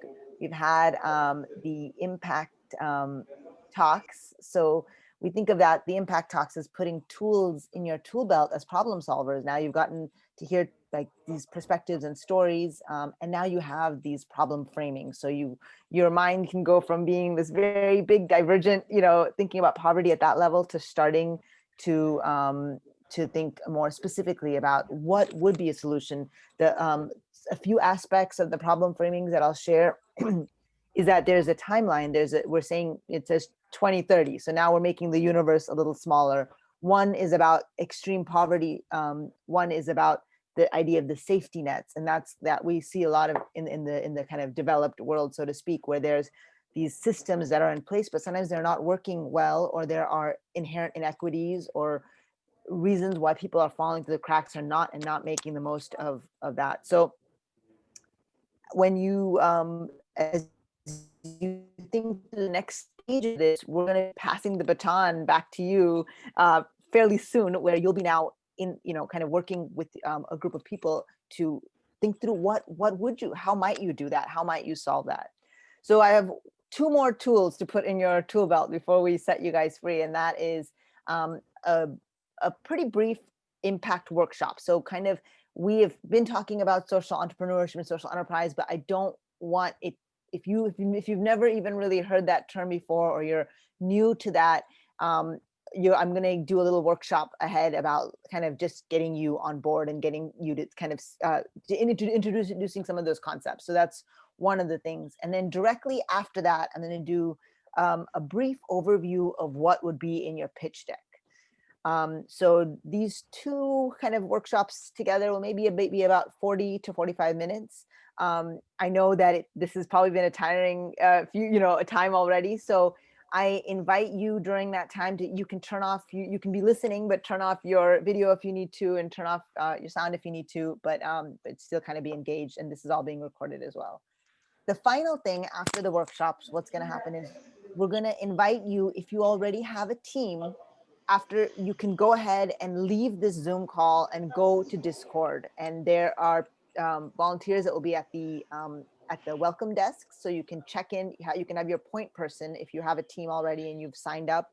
Have your point person check in at the welcome desk, and we'll make sure that we have your information. And then you can just go into one of the rooms. And Leon, who is on the call, Leon, if you want to put a little emoji or something, or just your hand. Leon has been working tirelessly behind the scenes to get everyone into rooms and give you a private place for your team to kind of meet. And if you don't have a team after these workshops, you just stay on the Zoom call and we will just see who is there and we can just form the teams together. So don't feel stressed out about that yet. So with that, I'm going to jump in. Let me just see if there's any questions. Okay, yeah, and then there's people also check the chat on here. There's people reaching out if they have space on their team or they're looking for a team. So you might be able to knock that out of the way as well. So with that, I'm going to jump into the workshop part of this. And this is kind of the social entrepreneurship 101, so to speak. So I will be sharing screen, but again, please use this time to also just take a little break if you need to, and just keep your audio on, of course, if you want. So with that, I'm gonna make sure first that I have that open. Open up that tab.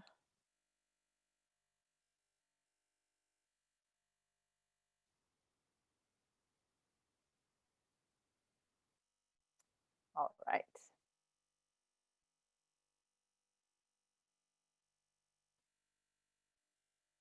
Okay, so hopefully you can hear me and you can see my screen. If you can't see my screen, someone just unmute and let me know, because I'm not in that space right now. But if you can, hopefully this is great. So yeah, so we're looking at what is social entrepreneurship, and and in the time that I've been working on this, I think one of the simplest ways I think about it is using business models to create social impact, and that to me has been a broad enough definition of it that can allow for different structures, such as a for-profit or a nonprofit model. And it also, I think comes to the core of that there is a business model, that what we're saying is that we're trying to build a business that can be sustainable, but that can also be impactful. So I wanted to mention that. You know a little bit about me already, but what I did want to say is the little bit about my background is my family is from India. Both my parents and from generations before from India. I was born in the United States, and my dad is a civil engineer.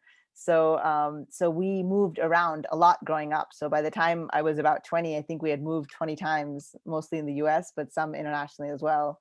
And I also studied abroad. And so a lot of my life and growing up has been this trying to make sense of things that are very different. And I think that's what a lot of us, when we are problem solvers and impact and social entrepreneurs, are trying to do. We're trying to make sense in our mind of how two things can coexist and what is the through line between them.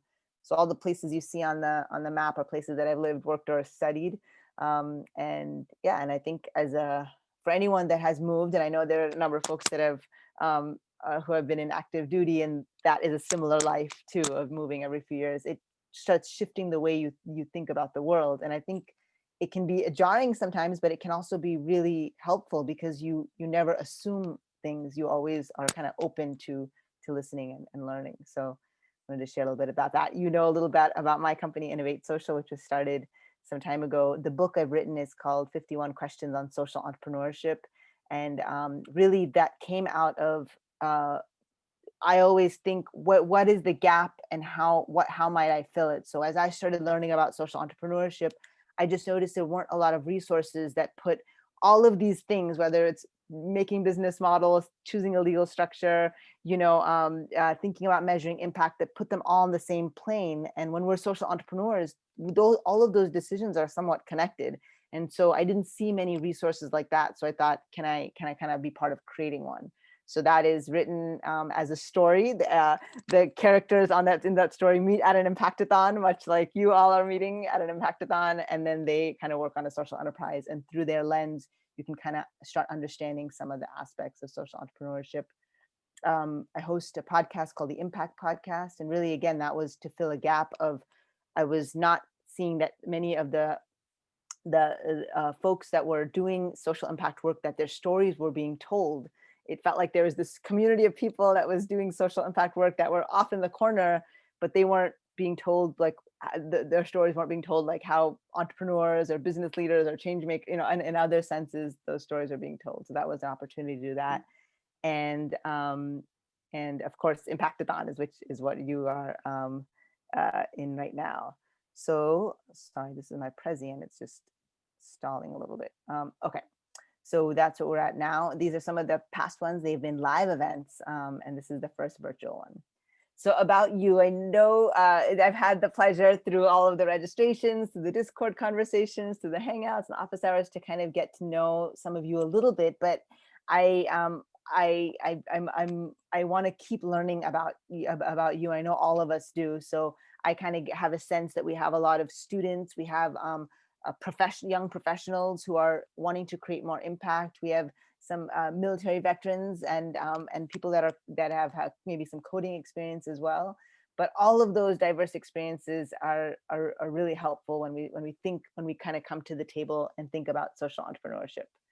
So now let's actually get into a few questions on social entrepreneurship. So first of all, a really good question to start with is, what is it? So as I've kind of talked about, it's really this idea of using business models. Using business models, I think of it as the lever to create social impact. And so that can take a lot of different forms as well. And so then there are some key concepts that come up around social entrepreneurship and that you'll hear sometimes in these conversations. And so I wanted to introduce them so you're aware of them. One is this idea of a double or triple bottom line. So oftentimes when we say when you hear about a company and they say that they have a strong bottom line, we know that's kind of like revenues and profits, like that's kind of their monetary bottom line, their single bottom line. But with social enterprise, we say we want to expand that idea, that expand that definition of that bottom line to a double or triple bottom line, so that not only is revenue part of it and profits part of it, but also we are thinking about the community and the environment as well. So depending on what circles you're in, they may say, oh, we're pursuing a double bottom line or a triple bottom line, and you can always clarify with them what that means, but it usually means the community and the environment as well. And so when we start, what I like about that is it's a framing. When we start expanding what we are trying to maximize or improve, then we are kind of making space for social impact to be kind of equal to some of the other success metrics that companies are measured by. Another term that you might hear is called base of the pyramid. That's BOP. And that's often in reference to the poorest of the poor in a region or in a country. And so it's there, if you're designing or building solutions for the base of the pyramid, you are often trying to think of extreme frugality. If you have a great solution, but it's going to really help a family, but it's going to cost $10,000, and that's not even available to them, or then that may not really be a true solution for the community that you're trying to reach. So there's different groups. I know one of our judges actually, Radha, was part of the Frugal Innovation Lab at Santa Clara University, but some universities have these labs where they're kind of trying to create extreme solutions that are extremely affordable. So even that's one way as you think about what you're building, you may say, we aren't creating a new solution, we're taking a solution and making it more affordable so we can really reach the people that could most be impacted by that. So and if you may want to mute if someone is so that's another concept that can come up. Another one that we can hear about is called is the B Corp and benefit corporation movement. We'll go into this a little bit more, but there is this growing community of companies that are saying we want social impact to be part of kind of our core mission or our core goals. And so they are forming this community. There's a certification, which is the B Corp, And then there's a legal structure as well. So we'll kind of we'll talk about that as well. Another term I wanted to bring up too is this idea of greenwashing. So, you know, you're all here because you're problem solvers, but you're also here because you're critical thinkers. You're saying something isn't working, and I wanna call that out. So similarly, I don't want you to ever leave that critical thinking mindset when you, as a social entrepreneur. So with greenwashing, that, you know, some companies, they say, hey, what is this trend happening with, you know, social impact? We should get in on this. So they may not really be doing much social impact, but maybe they put a green leaf on their product, or in some way they kind of, you know, show that that if as a consumer you would just think that they're making social impact because they might show an image, or they might show you know, a logo or something, but really when you dig down deeper, there's not really any commitment to that by the company. So I think that's something that we can guard ourselves for, you know, the measure that when we're building something, is social impact really integral to the work that we're doing. But it's also something that we can be very aware of when we look at the products and services that we are buying and kind of engaging with. So those are just a few terms. There's of course lots of terms, but at least these are often used or kind of, you know, shared a lot in this world, and I wanted you to be aware of them.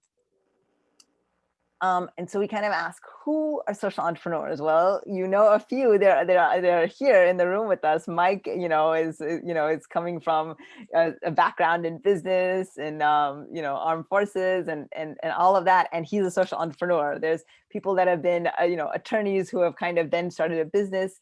There's really no single definition, and they come from everywhere, all walks of life, all levels of education.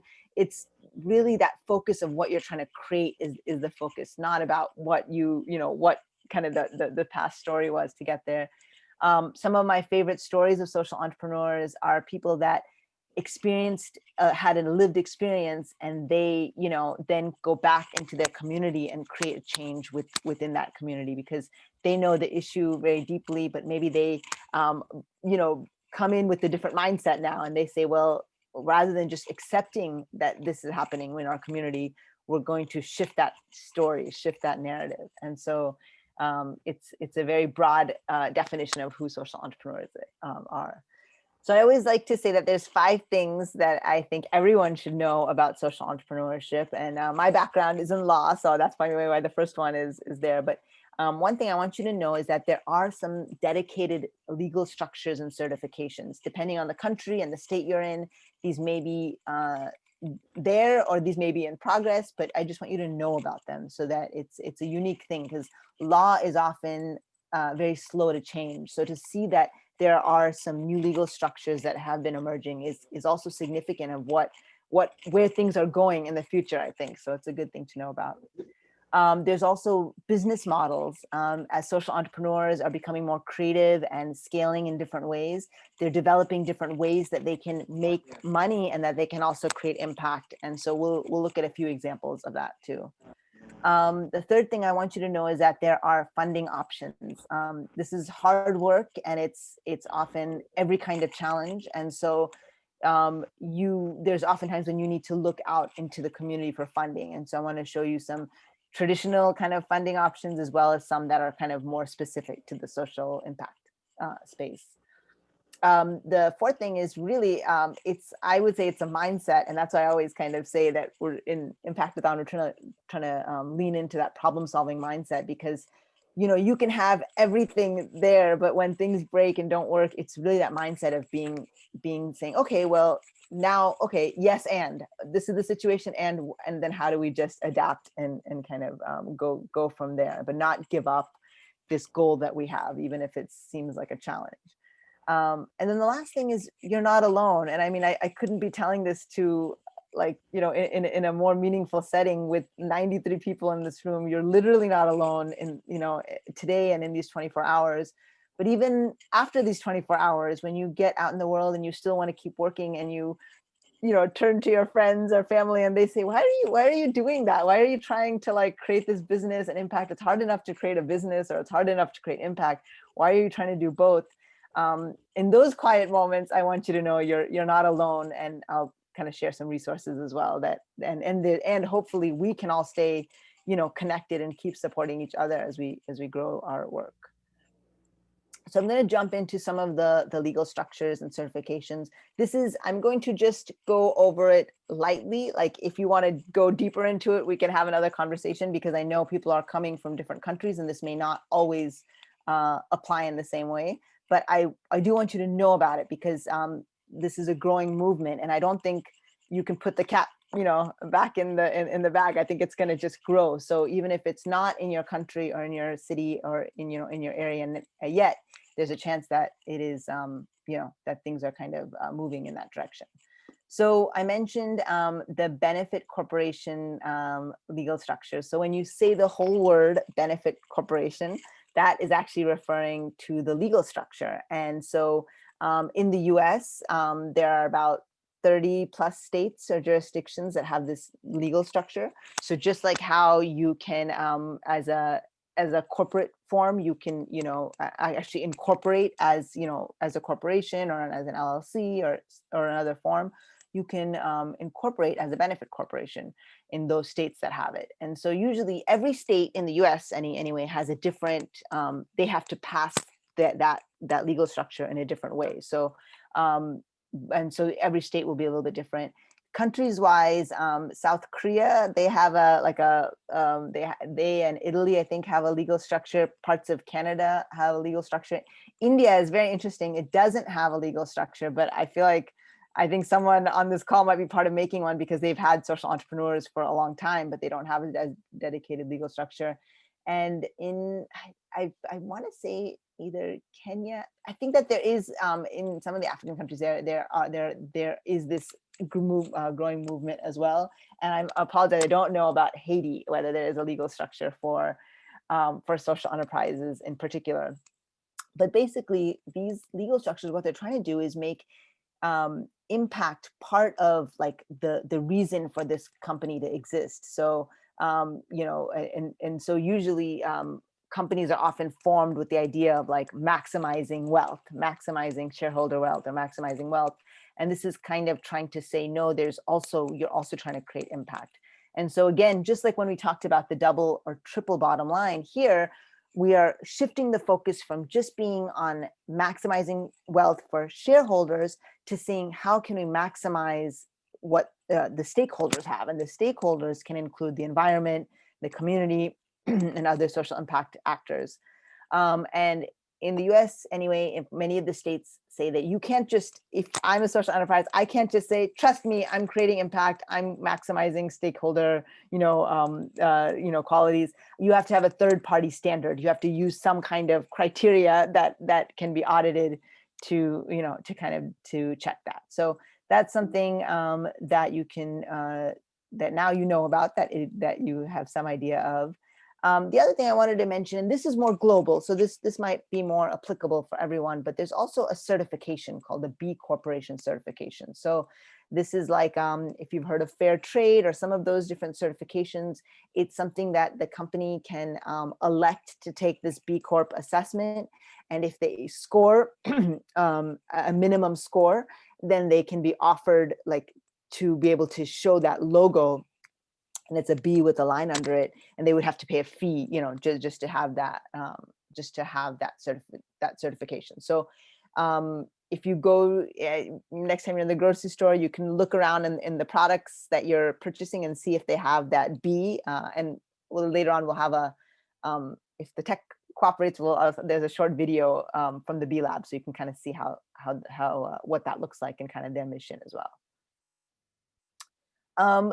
There's also, I just wanted to mention that this is also growing even on the legal structure side. So people often mix and match. They might have a for-profit and a nonprofit. They might use a hybrid structure like a benefit corporation. They might choose something like a cooperative, and that's another form as well. So there's not a one way to do this, and it really just depends on different factors of your business and what you're trying to achieve. So I mentioned that in the US, California, when I started Innovate Social, I was following, this was the 6th state to pass benefit corporation. And now, in 2020, 34 states have passed it and 6 are working on it. So it is kind of a movement that is a little bigger. So now you have an idea, just a little snapshot of that there are legal structures. And so I'm going to move into the business models, some of the business models for social entrepreneurship. So I just wanted to give you like a few examples of business models. The way business models work is that there's no like, it's not like a legal structure where you either choose that one or you don't. This is up to your own creativity and your team's creativity, and also like hypotheses. You're testing things out and seeing, does this business model work? No. Okay, what can we shift? So this is not like a set kind of thing, and people just get really creative with their different models. So I wanted to mention 3 of them. One is Tom's Shoes. If you've heard of Tom's, they have a 1-for-1 model, and they've been around for a while, and they've had that since day one. So basically, for every pair of shoes that you purchase, 1 pair of shoes is given as a donation. And so they've given millions of shoes away. And so that was an early model. And what was unique, or I think what is positive about that model, is that it's very clear. One for one means like whether you're speaking to your investor, your team member, your customer, it's the same. The model stays the same, and even for your accounting department, it becomes very clear, and it's not confusing at all, as to what your impact is, and it's also easier to start measuring that impact. What the challenge is that what they found is by giving one, we heard about systemic, systems and root causes. You may not be really solving the root cause of why people do not have shoes in a place. And so over time, this model has been problematic in some ways. It's been positive, I think, because they're out there and doing something good. But where it created some challenges is that it sometimes the local cobblers or shoemakers in a region were put out of business because now there's a flooding of donated shoes.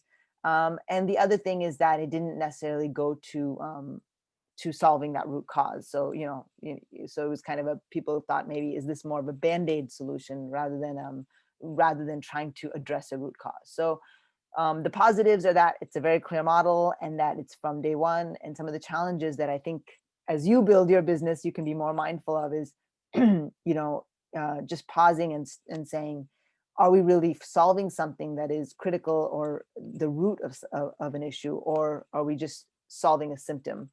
And so that's kind of one. Salesforce is a tech company in the San Francisco Bay Area, and it's all over the world. It's not a social enterprise, so I put that out there now. But they have had this model called 1-1-1, the 1-1-1 model, since day one, and I think the model is very interesting. So 1% of their product, 1% of their employees' time, and 1% of their product time and their revenue, 1% of their profits goes to charitable causes. So again, there's a clarity about that model. It's really clear within every single transaction. You can measure the impact. It's not like we'll see how we do at the end, and if our profits were strong, then we'll dedicate something. No, it's like out of every single kind of transaction. So that's a very positive part of that model. What I like about this model is that it's like, it's a percentage-based model. So if you're a social enterprise, you can adjust those numbers, you can move them upwards so that if that fits what you're trying to achieve.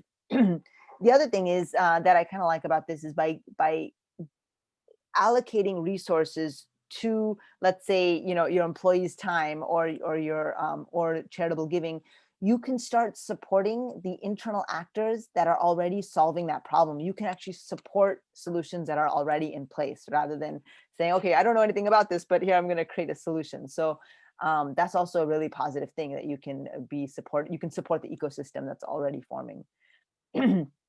A third example that I like to share is the one of Aravind, the eye care system, and it's an eye clinic in India.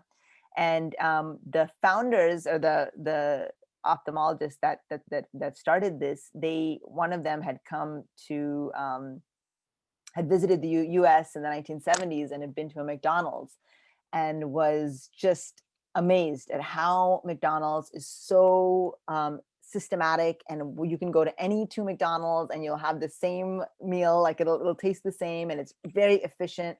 So you thought fast food, there's something about the efficiency of fast food that what would happen when you apply that to medicine, and how can you use that to deliver medical treatment in a very efficient kind of way. So we went back to India. He started with the 11-bed hospital, and they had the idea that they never wanted to turn anyone away for lack of funds, that they would be able to do these eye surgeries, but they would figure out a model that they could, have people, serve people no matter where they came in at. So they started this, they did it as a pay what you can or a freemium model. And so they, some people pay a premium, maybe they have their own room for their eye surgery, or they have some other premium kind of benefits. But if someone can't pay, that can kind of help subsidize that cost. So that's an interesting model. And also because of that, they started doing a lot more eye surgeries, and by virtue of doing so many, they became so efficient and so excellent at those surgeries that teams of doctors from around the world would go and fly in and see how are they able to do so many and so efficiently. So the benefit of this is it is a numbers thing. You might be doing a lot more work, but you become so much more effective and efficient and proficient at that work. So then you almost can build a level of excellence, and that might be part of your business model as well. Where I think we see a lot of this in our daily lives is with our smartphones or with our phones. If we have smartphones, we often have apps on those phones, and many of those apps have some core functionality that's for free, and maybe we pay to have ads removed, or we pay a little bit extra for more features. So even as you're thinking about the solutions that you create, you can think about, if you really feel like your work needs to get out to the world, or your solution, maybe there's a core functionality or a core set of features that are free to everyone, but then there are some premium features that you can charge for, and then that can be part of your business model. And then I just put Patagonia on here as well. Patagonia is a US-based company, and they are and they've been socially impacted, like they do a lot of the outdoor gear and things like that, but they've been really very pro-social impact from the very beginning. So a couple of years ago, when there was a tax cut, kind of an unexpected tax cut that benefited them, they actually took that 10 million and they just, rather than putting it back into the company, they invested and put it towards charitable causes, towards climate change, which is something that they really have been proponents of. So there's also those kind of other ways where if you have a surplus, and it could be from an unexpected place, that could be a way that you create social impact through that, by how you allocate that, or how you how you spend that or use that. I'm going to just take a quick pause. I see a bunch of questions. Okay, so we'll come back and I'll answer more questions at the end. But thank you. I'd love to see these conversations. Usually this is, just so you know, this is usually a really interactive talk. I like to get people's feedback, but it's much harder to do over here. So now I wanted to, oops. Let's go back over here. Okay, so now I wanted to go into funding options for social entrepreneurship. So one of the things I sometimes like to ask is, where do you think the majority of funding for any kind of company or venture is, like the first source of funding? And you're welcome to, I don't know, put it in chat maybe if you like.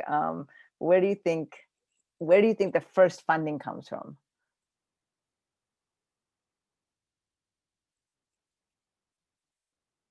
See if anyone, yes, personal savings.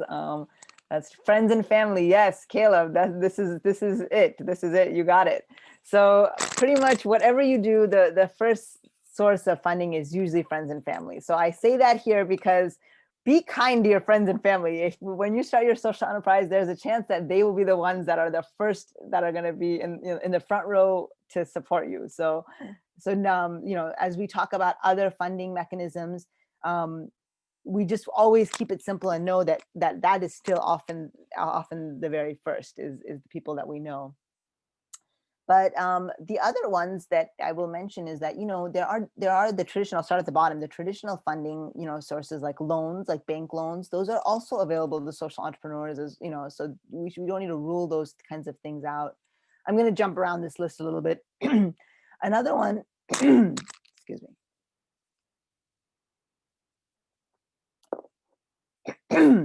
Sorry. Another one that I want to mention is crowdfunding for donation. So if you've heard of Indiegogo or Kickstarter, those are ways that you can, people can donate funds. They're not getting a return on their investment, but they are supporting your efforts, and maybe they get some perk. Like maybe if you're coming out with a product, they get it first, or maybe they get the lowest price that it's ever going to be, or they get some other fun things, like they get to be invited to the kickoff party or whatever it is, right? So there's some kind of benefits, but they're not necessarily an investor in a traditional sense. So there are some benefits of doing a crowdfunding for donation. One is that it's kind of a marketing tool as well. A lot of times, our teams are working in the lab.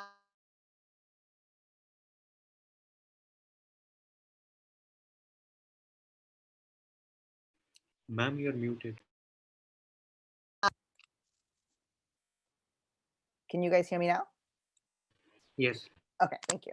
So so with crowdfunding for donation, it's a way to let people know that you're out there, you're solving this, that you're trying to solve this issue, and that you have this potential solution. You'll get a lot of validation and feedback because people will tell you what they think. And by the time you actually launch, people have been knowing about it for some months already. So there's some benefit there.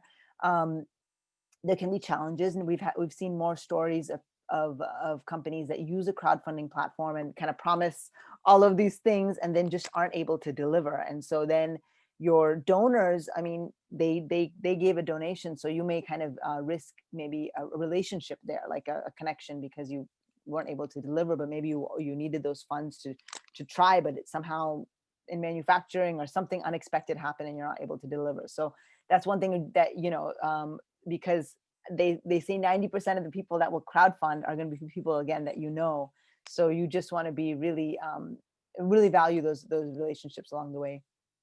There's also, in some countries in the US, and I'm not sure about some of the other places, but there's a growing movement around crowdfunding for investment. So making these smaller allocating these smaller amounts of funds, but it's actually an investment rather than a donation. So so then in the US, there was the Jobs Act that was passed in 2011, and there's Regulation A, and direct public offerings. Those are all kind of levers that that companies can use to kind of raise funds in that way. There can be some challenges because you now have a lot of owners. You have a lot of owners who that are looking for a return on investment, and so that's something. If you're kind of looking for probably a larger raise, that might be something. But if you're at the very beginning, you just may not be there yet. The last one I'm just going to mention here is the foundations, and this is pretty relevant for this group of social entrepreneurs. And so we know that foundations can give grants. Most people are familiar with foundations giving grants to nonprofits, but foundations can also give grants or low interest or no interest loans to for-profit entities. And they use something called program related investments, PRIs, and that's a tool through which they can do that. There's a lot of due diligence that's required, so it may be something that's kind of costly for them to do too. So they would probably want to vet you out as a for-profit social enterprise before they engage in that. But that's also something that you can think about. And there's also just, venture funding, like just kind of traditional venture funding, and also impact investment, which is a part of venture capital funding. But for, a lot of times with venture funds, they're really looking on a big return on investment. So, that might be a good a fit for if you have a technology solution to solve poverty that can kind of scale, because they're looking for that like 10x return on their funds. And so, yeah, so those are just some different options, just so you know that you're not, you are not without options. Also, events like this that have prize money. I've met social entrepreneurs who kind of go to a lot of different pitch events and use that as a way to raise awareness about their work, but also kind of get just tiny amounts of seed funds that take them to the next level. So those are some different things. All right.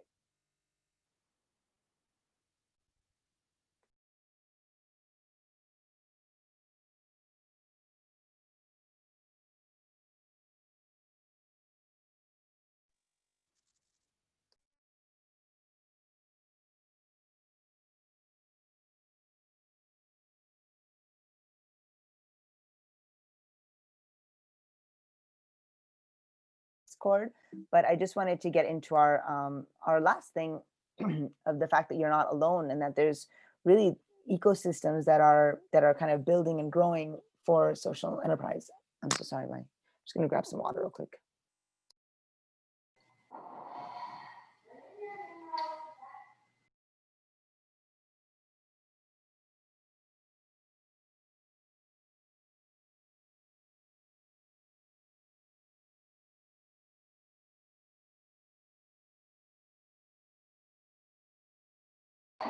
Hey guys, I'll jump in on this part. Yeah, I think this is a good segue too to why we're even doing this Impactathon. Just from the essence of ecosystem building is so critical. And I know that we've got even Impact Hub from Houston. They're giving away actually one of the prizes. They're one of our sponsors, and we've got people from focus mentoring, and I don't know, Neetal, I don't mean to steal your slide, but maybe this is a good time for me to just kind of put up our sponsors and to kind of show the ecosystem that's a part of this. Yeah, absolutely. This is not exhaustive at all. This doesn't include. I think I probably just got to hit share screen or something. Let's see where it's at. I can't even find it on my screen. Oh, here we go. So yeah, everyone, this is what's neat about this. We've got, I don't know how clearly this is, and we've got Bonge. Many of you in Haiti know them. They're supporting, and one of the things to a winning team from Haiti, you get at least one person gets a membership there for a month. So using space, sometimes even just space is critical. We've got Human Intelligence. They do some of that design thinking. They're one of our partners. As I mentioned, Impact Hub Houston, ISM, International Strategic Management, really in that same incubation space. We've got other folks, and we'll get more into some of the sponsors as we keep going. Citadel Haiti, and as I mentioned, Focus Mentoring. Some of the other ones on here are also their own social enterprises. So, iMerit is doing incredible work, and Mark is on, who you guys can find in the Catalyst group, as well as Raja, she's going to be judging. So really, to put this on, we've kind of built our own ecosystem, and we want to continue to connect the dots so that everyone in here, we don't want, everyone says, I don't have enough funds to keep this going or this, and we don't want it to necessarily say, hey, we're here to give you funds and the world's going to be great. But part of being an entrepreneur is having that grit and to find the people in the network, and if you're not networking with every single person on here, and I don't mean it like that, but if you're not taking advantage of it, that's the starting place. You never know, or someone you can meet from here could really help you get to the next level. So hopefully that was a good just backing up that piece, Neetal. Back over to you though. Ecosystem. We're actually building ecosystems now. So this I is. think you might be on mute though. Can you hear me? Or hello? Yes. Yes, we can hear you. Okay. Great. Well, yeah. I mean, I'm kind of coming towards the end of my presentation, and so just the last. We can hear you still. No, you can't hear me. Headphones off. I think. I think Leon. Adam, You're good on my end. I can yeah, hear we're good you. we're good Neetal. on my end. Okay. Okay. Adam, maybe your settings. Just check your speakers. Sorry about that. I was on. I had my speakers off. Oops. Well, I was just at pretty much at the end of my slides. I can go back, but it was really going to open it up to some questions. And so I'll open up my slides again, but just start thinking about any questions that you might have about kind of this 101 of social entrepreneurship.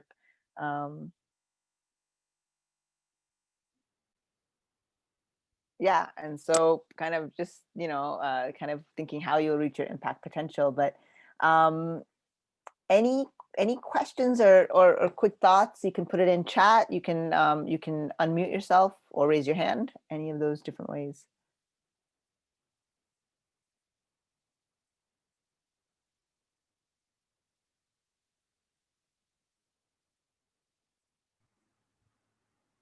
There's a question in chat asking how you came up with Innovate A Social. Oh, okay. Oh, sorry. Yes. Yeah. Good question. Thank you. How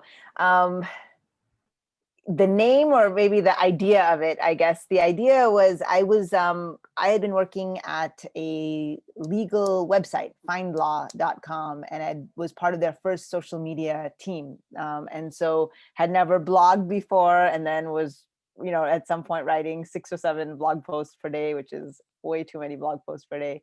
But in some of that started kind of learning about the legal structures for social entrepreneurship. And I've always been kind of social impact, that's always been a reason, even why I went to law school to maybe study human rights law.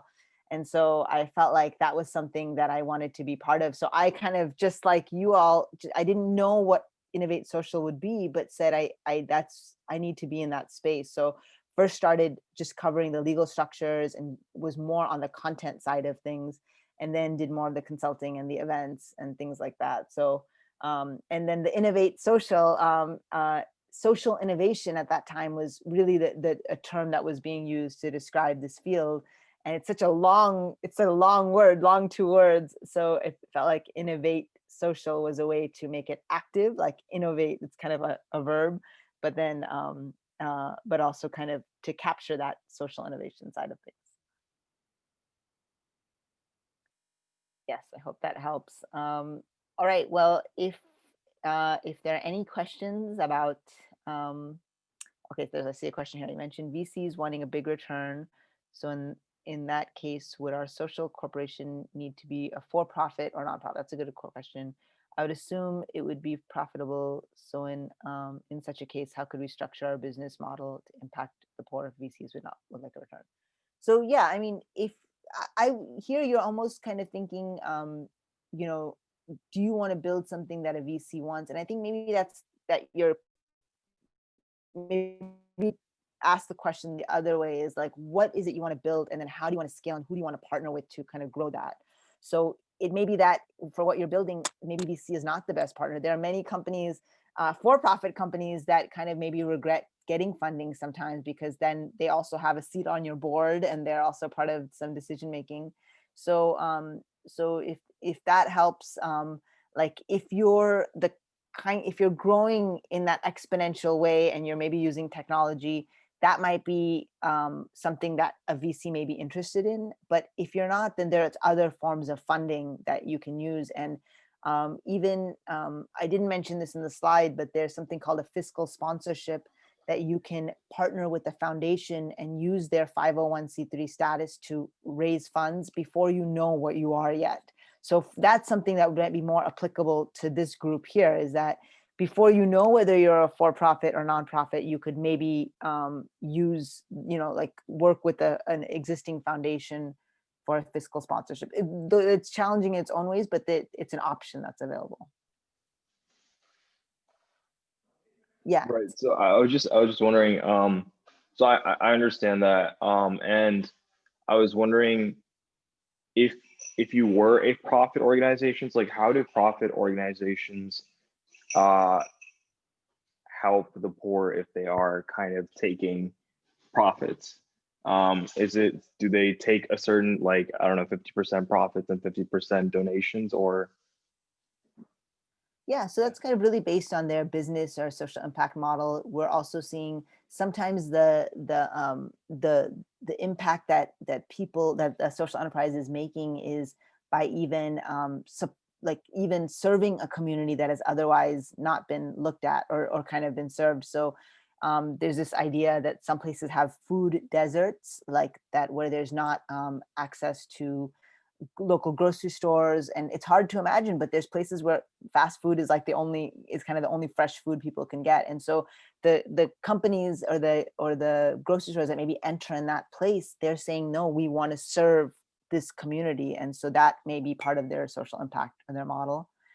So it really just depends on the starting with who you want to serve and how you want to serve them, and then you can build your business model, based on that. But I think where a social entrepreneur is different from just an entrepreneur who may want to do good is that you really build it into the DNA of your company. It is not elective. It is not like, hey, if we have a great year, we'll do that. It is like part of the ethos of your company, that every transaction. And that's, I think, where it starts looking more like a social enterprise, if that makes sense. Hey, Neetal, you mind if I answer that question? Thank you. Yeah, please. Hi, everybody. Matt, if for that last question, if you saw Neetal's previous presentation, you might think about that benefit corporation, because a benefit corporation is still a for-profit entity, but it has written into its charter, for lack of a better word, the social responsibility. So you could say you're going to take 80% of your profit and push it back into either the founder or the company, and then 20% goes to whatever the social cause is. And that was really the financial reason in the United States for the benefit corporation. And that allows you to, again, have part of your charter that you're supporting a cause. Thank you very much.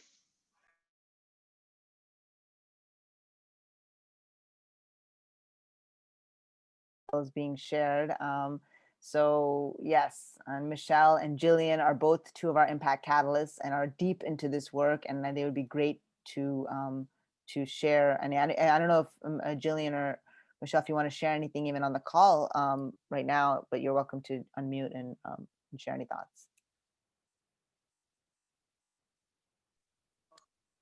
Hello, ma'am. Yes, hello.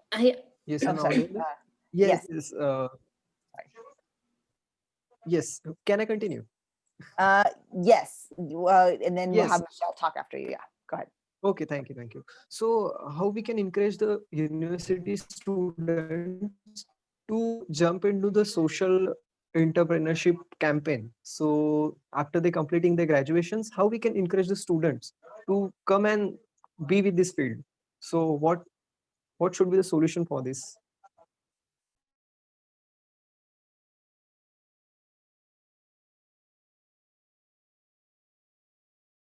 Working with, Ma'am, I think you. what I'm seeing is that many students already want to be in this field. So in fact, because they want to create social impact, companies are doing more in the way of social impact because they want to attract that talent. And so I think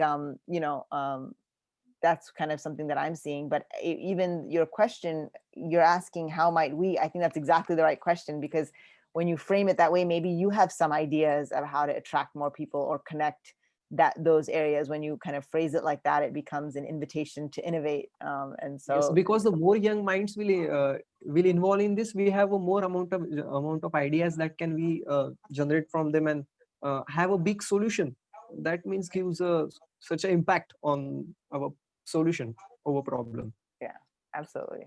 Yeah, thank you for your question. And Michelle, if you want to share also any pearls, and Jillian. So I'm really glad that question was asked. And if you are starting a social enterprise or any kind of business, like funding will be the hardest thing you will ever do. Now, with regards to VC funding and creating impact and still serving the poor, I really wish that in 2020 that there was a better intersection. But really, so for example, our organization, we serve our farmers live at about $1 to maybe $4 a day, which is not a lot. And it is a very high cost area, so the money doesn't get you far. You will just have to realize that there are certain types of funders that will work for you, like Neetal said, and certain types that don't. The traditional VC will not work in your model. However, depending on your country, whether it's Nigeria or Kenya, or even like Francophone West Africa, there are more and more like seed capital and venture capitalists coming into that, but it is really competitive and they do want to see scale.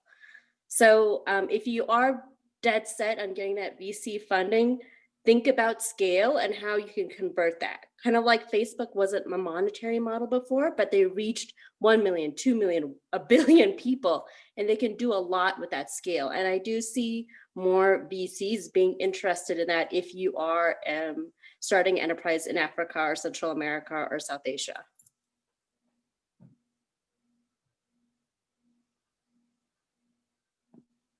Neetal, over to you. Okay, thank you. That's great. All right, well, I know this is like there's so much more to talk about, and there's this is just scratching the surface, and maybe even just giving you something to think about as you go in your group. So so hopefully that you can definitely continue the conversation with me and with the other catalysts and everything in your group. So there's just one more piece now before we set you truly free into your groups, and that is to go over what will be in your pitches. So so I was just going to jump into that. This is being recorded, so if you need to step away, you can always watch it a little later.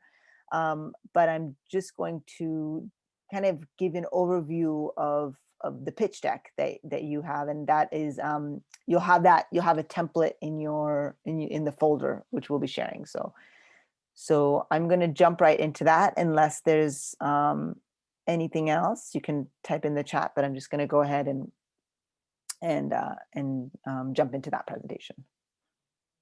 Let me just open up my screen.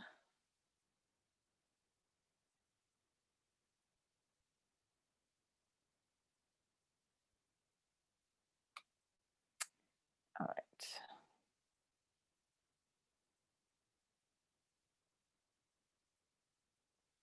Okay, so I hope you guys can hear me and see the slides. So we're, a lot of right now you're going to be working in your teams, and the reason I'm doing this now is because of the time zones and everything else. It's better to just kind of do all of the workshops at once. Otherwise, we would have maybe done this a few hours later. But really, you want to get into your pitch. So now that you're going to be choosing one of these problem framings, you have an idea of what social enterprise is. You are now preparing this 4-minute, it's going to be a 4-minute pitch plus 2-minute Q&A. It's going to be very fast. So what is this pitch all about? So first of all, we ask, why do we pitch? Like, why do we try to use pitching as a way to tell our story? And with this, I would just say that we already pitch all the time. Like, if you're deciding what movie to watch and you're with your family, you have to make a pitch and say, this is why we should watch this movie or why we should do this activity. So it's not anything that is something, that is new. We're always pitching. A pitch is really a way to make, to communicate our ideas in a really brief and succinct kind of way. And it's really a way to make an ask. You're asking for something in a pitch. You're not just, pitching for the sake of it. There's something that you're asking for. So even in our pitches that we're going to create, we're going to be, structuring them in a way that we're asking for something and we're trying to really share in a very clear way what our idea is. And in some ways, I think by doing a short pitch, the benefits is that you really have to become laser focused and clear on what those ideas are. So whenever you have to eliminate something because it doesn't make sense or it takes too long, you replace it with something that's faster or quicker or makes more sense. And it's a good exercise to do for your social enterprise. When we pitch, it's also how we get funding, how we find co-founders, how we find our partners or acquire our customers. Being able to tell our story is so valuable for all of those reasons. And a pitch is structured in such a way that you can get feedback on it. It's brief. It's structured. So you can ask someone, you can give them the pitch and say, what did you think of the pitch? What are ways that that it can be improved? So that's also very beneficial to have something that's that concrete. So you will be making a pitch in the course of this Impactathon. So what is a pitch? So we're gonna walk through kind of the elements that will be in your pitch deck, but really it's a brief presentation, a pitch deck. When I first moved to Silicon Valley, everyone said, "Oh, send me your deck," and I had no idea what they were talking about. But a pitch deck is just the slide deck, the deck of slides, the presentation. But often you can use PowerPoint or Keynote. We'll be using Google Slides for this, just to make it easier with all the time zones and everything else. But it's a way that you can give your audience a quick overview of your business plan and what you're working on. And you'll be, you're in a real life setting, you're often using this either face-to-face or maybe before or after your meetings, you're sending that, and so people are seeing that then. And so for our slide deck, we're going to look at these 10 slides, 10 parts of it. So the first is going to be the startup name and one-line description. Also on your cover slide, we'll have you put the names and email addresses of your team members. That's also so that we on our side know which person is on which team and have their information in a handy place. You'll talk about what is the problem that you're solving. So now you have the problem framings, but in your conversations with your team, you're going to dive a little deeper and say, what is the specific problem that your team wants to solve? And that might be like you might have to kind of do the problem tree and get further deep down. And also you may have to say, in our group, what are we really passionate about? What are we really excited about? We don't want to choose a problem that nobody really is passionate about, because you're going to be working with this problem a lot, so we often say, well, you want to fall in love with that problem. You want to actually, that's the most important thing, more than your solution. It's the issue or the really specific problem that you're trying to solve is the thing that you're focused on. And then you'll have a slide for what is your solution. So can you just explain in a brief way, what is the solution? What have you designed to solve the problem that you just explained or that you outlined? You'll have a slide on your team. And this is not so much identifying your team. We would have done that in the first slide. This is almost saying, what is the skill sets that our team has that make us the best position to be coming up with this solution? So, I know people are are studying different things, have different work experience and life experience. So maybe in one or two words, being really succinct about who is on your team and why are they, how are they adding value to that team? Another thing, especially in this moment of us doing this Impactathon now, is why is your solution important right now? You are all going to be brainstorming solutions to poverty. And in this moment of a pandemic, we have this idea that poverty is only going to increase in this time. So that is one thing that you can just already say that this is really important, because we're still in this COVID time, but there's going to be a time when maybe there's a vaccine or some other things that happen that we are not going to be in this exact moment. And then what are we going to do when we kind of see that maybe the situation for many people is much more difficult. So that maybe a sense of urgency around that. You'll want to talk about what is the size of the market for your solution. So you've kind of thought about your solution. Well, how many, who is the group that it will impact, and what is that size of that group? Is it one family, down the street? Is it 10,000 families? Is it, women, ages 17 to 21? Is it, what is that kind of size? Who are they? And kind of giving an idea of that. This, it says competition, but in your slide, it's kind of more like the ecosystem, like who is trying to solve the problem that you've identified, who's trying to solve that right now, like, and why aren't they being successful at solving it? If the fact that you're thinking about that problem and solution, it means that maybe something isn't working well, or there's some other factors that are involved that are not making that an effective solution. So you can, look to that. And then you want to show us or show the judges, what did you build? Like, what did you, if you built something that is like that is tech or something, you can show a screenshot. But for most people, it's even this idea of like, what was this, what feedback did you get? And this is the biggest thing that I will push all of the teams on is, I know it's 24 hours and it's short, but you have to get some kind of feedback on your ideas. You want to get feedback on both, did you identify the correct problem? And also, is this solution like even kind of in like any feedback on the solution? So you might get creative of how to get this feedback. You may create like little polls on Instagram or or Instagram stories, or you might create a Google form, or you may call up people that who work in this space or work with those communities.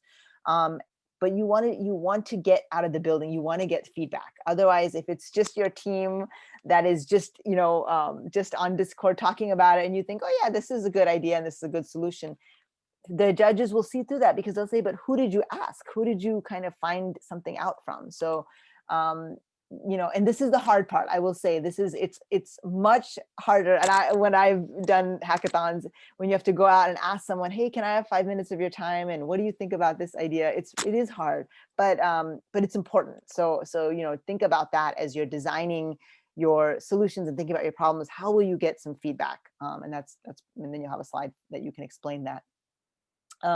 We talked a little bit about business model, but you'll be proposing a business model.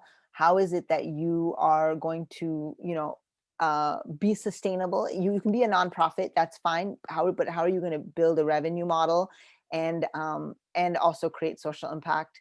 And you also, how will you measure that impact? How will you know if you're doing a good job with your social enterprise? How will you know it will? Maybe the mortality rate in that community that you're working with will go down, or the literacy rate will go up, or some different ways that you will be able to measure whether you are creating the impact that you wanted to create. And then what are you asking for? So in traditional pitches, the ask is always probably for some amount of funding. To be honest, you may not be there yet at the end of 24 hours to even know how much funding you might need. So funding is not the only ask. You may ask for support or mentorship or advice. You may say, hey, we were able to ask 5 people in this community that we think that might have this issue, but we really want to ask 100 people. Do you know anyone that can connect us with that community? That's an ask. So you can think about what is it that you're going to ask for.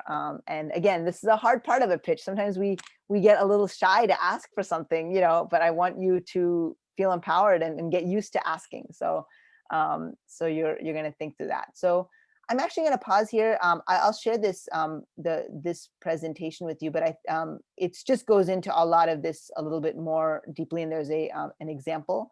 But really, those 10 slides right now, I think you have so much information that you've just been receiving that you might just need to work in your groups now and kind of get started.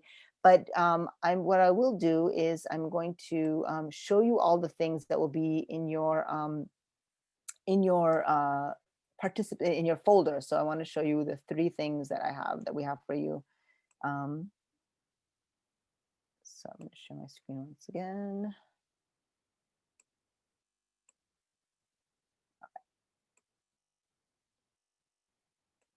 Okay, so you have this folder. You're just going to go in the folder and make a copy of all these things, and then you can create your own Google folder for your team.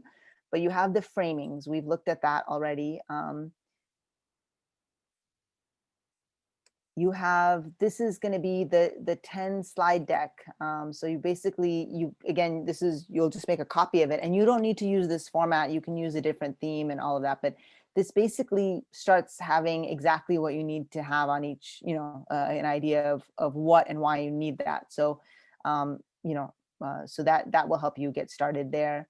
And then the third thing you have is the problem tree. So you can use this, again, you can make a copy of it. And then these are little Post-it notes, so you can, write on them and then pull them over.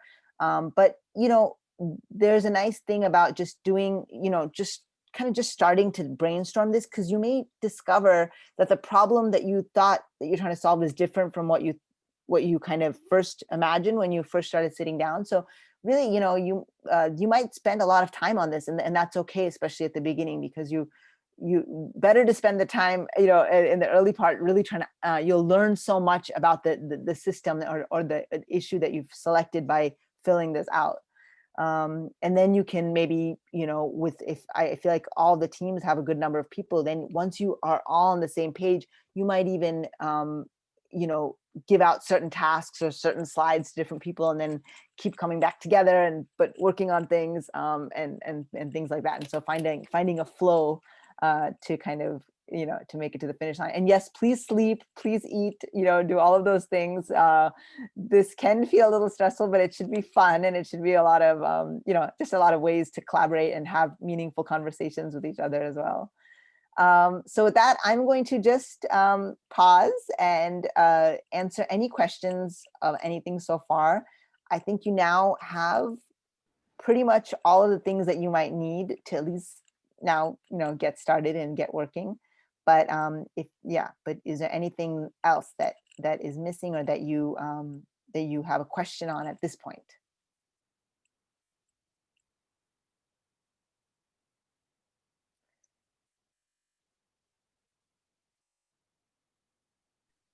I have a question for you. Mm-hmm. This is Timothy Kelly. I'm just trying to figure out, where do we find our teammates on here? I'm having a little bit of trouble finding that information now. Thank you. Oh, sure. And Timothy, do you have a team already, or are you joining as an individual? I already have a team. I have myself, Cynthia, Carlton, I think a few others as well. I'm just trying to find where they are so I can talk to them. Yeah, perfect. Yes, got it. Okay. Thank you, Mel. Thank you. you. So yeah, no, so that's perfect. So I'm, if there are no more questions, and of course you can ping me or Adam or Leon, any of us on the different platforms. But now the judging criteria. That's a very good question. The judging criteria, I will put a version of that into Discord. We'll share that in Discord. But really, the judges are going to see pretty much the same thing, like on the other side of the slides that we put into making the pitch deck. So it's there. The more than the criteria, it's really looking at how clear all of those 10 slides are and how well thought out that is. That's kind of the main thing there. But we'll share more about the judging criteria between now and the pitches. We'll also share more on Discord about, we will probably by the end of, in the next few hours, we'll have the pitch order. And so we'll try to do that in, to prioritize people in their time zones, so that it's, in some places it's a very inconvenient time zone when the pitches are. So we'll let you know that, so you can prepare. The other thing, and I know some people have reached out to you, reached out to me, is about, can you do a video pitch? Can you pre-record a pitch? And the answer is yes, you can pre-record your pitch, and that way we can just play it for the judges. And I almost recommend that you do that just as a backup anyway, just in case there's any technology issues. Just remember that it's a 4-minute pitch, and then it's a 2-minute Q&A. So what I would recommend you do is, if you create your video, that's great, and then just be online so that you can answer questions from the judges.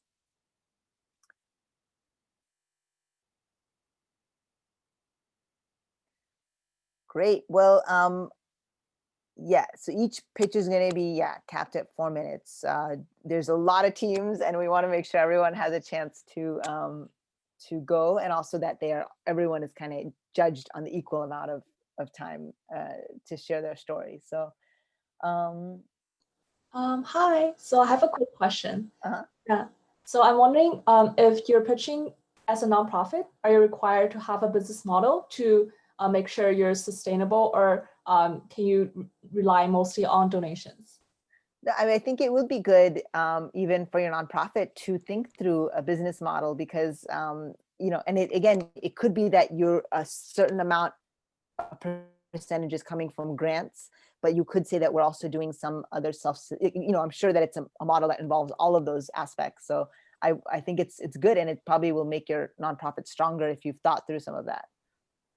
Awesome. And if I'm pitching as an individual, is it okay? Because I have like team outside of this competition. Is it okay if they work with me on the pitch, but I'll be the one pitching?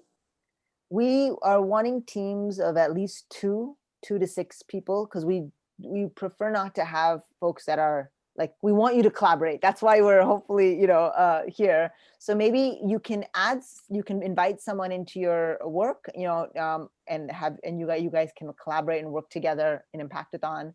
And whether it's, it may not be the exact nonprofit that you're working on, but maybe it's an idea inspired by the work that you're doing, but it's, like a unique idea that comes out of this. So, but yeah, if that helps. Let me jump in on a couple of these. And you guys are asking some great questions that sometimes even the organizers are stumped.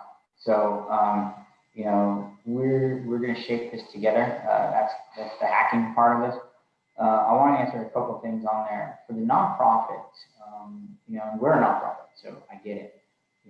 There's not a revenue model, but I think for this particular hackathon, we're really pushing the software enterprise piece, particularly because in the developing world, everything is donation and grant based.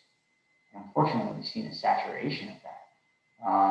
And so, it's like, well, the way these farmers are going to get out of poverty is we just give them more money and seeds to do their crops. That's not the answer.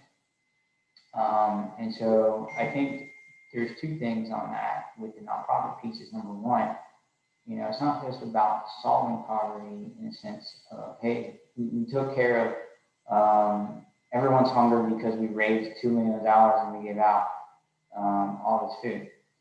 So I think there's a lot to unpack there in terms of that's a business model. Certainly, I'll probably get in the weeds, but I want everyone to think about more on innovative solutions that are self-sustaining. And so we'll have to look at that as we look at the judging criteria, but as you kind of hear me project that to y'all, I hope that resonates, and we'll look a little bit deeper on how we can essentially codify that in the judging process if it's not there already. To your second point, can people outside come in? Now, I know a lot of you guys, we didn't want to make this at all exclusionary. So, if people couldn't provide a ticket, we worked with them to provide some scholarships. So I would say, even for everyone on this call, if there's someone that you knew that should have been here, that you want to bring on their team, all that we would ask is that you come to us as the organizers, and we'll either give you a comp ticket or we'll figure it out so that they can join, and then they'll be on Discord. And then just so everyone understands, what we're doing too is on the actual sort of prizes. I don't know if we've touched on that, because that's what everyone wants. No, this is great without prizes, but what we're looking at is who's on the team. So we're going to split the prize money between everyone that's on your PowerPoint slide. So we'll do a little bit of cross check and be like, okay, is that guy on there? So there's also that. I don't want a bunch of people coming at y'all with daggers. If they kind of were like helping behind the scenes, and then you get all the prize money and they're like, what do I get? So just keep all that in mind. I think, again, the bottom line is bring them in. We're not going to say, no, you can't be here. All we got to do is just make sure that they get registered, and just the formal process, so we have accountability of everyone, if that makes sense. But Neetal, back over to you.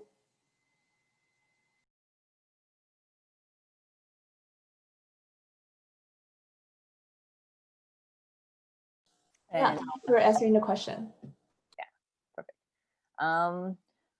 Well, with that, what I would say for this next part is if you have a team, and it seems many people do, go ahead and you can go into Discord and maybe have your point person check in at the welcome table or the registration table and just check in with the person there. But then you can just go ahead and work in your teams. Leon, I don't know if you want to make comments or share any other thoughts about this next part of it. Hello, ma'am. I have a question. Yes. Can you hold your question for one moment? And Leon is just going to make a quick announcement. And Yes. Yeah, thanks. So I've been putting in chat, but make sure everyone that you have joined the Discord and you download the Discord for desktop or mobile, you'll have the best smooth experience that way.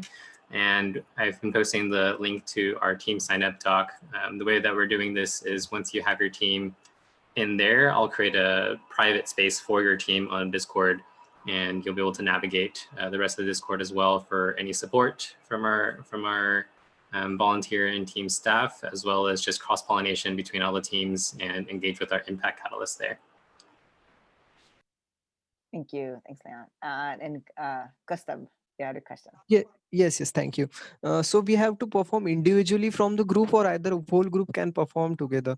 Okay, good question. Yes. So who is going to pitch? So what I would say is if you do the video, feel free to have everyone pitch. Because you'll be timing it and it'll be, you can make that all work. Yes. If you're pitching on using Zoom, I would say whoever is on the same computer. So if you're in a room together and, but I think it'll be a little complicated in 4 minutes to have multiple share screens. Difficult to engage. Yes. Yeah. So I might suggest, just so you can maximize your 4 minutes, is just have one speaker if you're doing it live. And then have everybody join their audio for the Q&A. So they can just turn their audio on and answer any questions from the judges. So it doesn't put so much pressure on that one person pitching that they may not be knowledgeable about all aspects of the, Yes, I was thinking, our team was thinking about that. We four together can create a video, just put it on a Zoom link or either with a YouTube or either other things. So all four can perform well, as well as for 2 minutes, we can also tackle the questions. So whether it is possible for second side or whether we continue with the individual section. Yeah, if I understand correctly, I think, yes, you all can answer questions and be on the line to answer the questions, but create the video. If it's there, then it can be multiple people because that will be easier to control the time and the flow. Yes. We'll take one more look at that. I think the initial decision for one person was the tech piece. So, you guys figure out the tech on your side, and you feel like the only way to truly convey the story of your team and your ideas by everyone presenting a piece, we can look at that. I know that, and this is a beautiful thing about the teams, we've got teams literally that have every single continent. So we get it, and this is good practice too for all of you. We don't want someone to be the primary speaker, and then the other people don't get a chance to really have to get ready or say their part and know their slide. So let us take another look at that, and we'll put out some amplifying guidance on the pitches. For now, start thinking about your ideas. We've got a long way to go before the pitches, but we should have more clarity by then. Yeah, Thank you, sir. Thank you. Yeah, that's a great point. And yeah, we do want to hear everyone's voices, like as part of this. You'll all be putting work in. So yeah, just keep monitoring the announcements. We'll put the when we have some more clarity on that, we'll share that in announcements. One thing I just did want to say here is if you do create a video, I suggest that you put it, you load it to YouTube and just put it as an unlisted video. Just so it'll be easier to play. But again, we'll cover all of that. We'll send out a message with some updates there.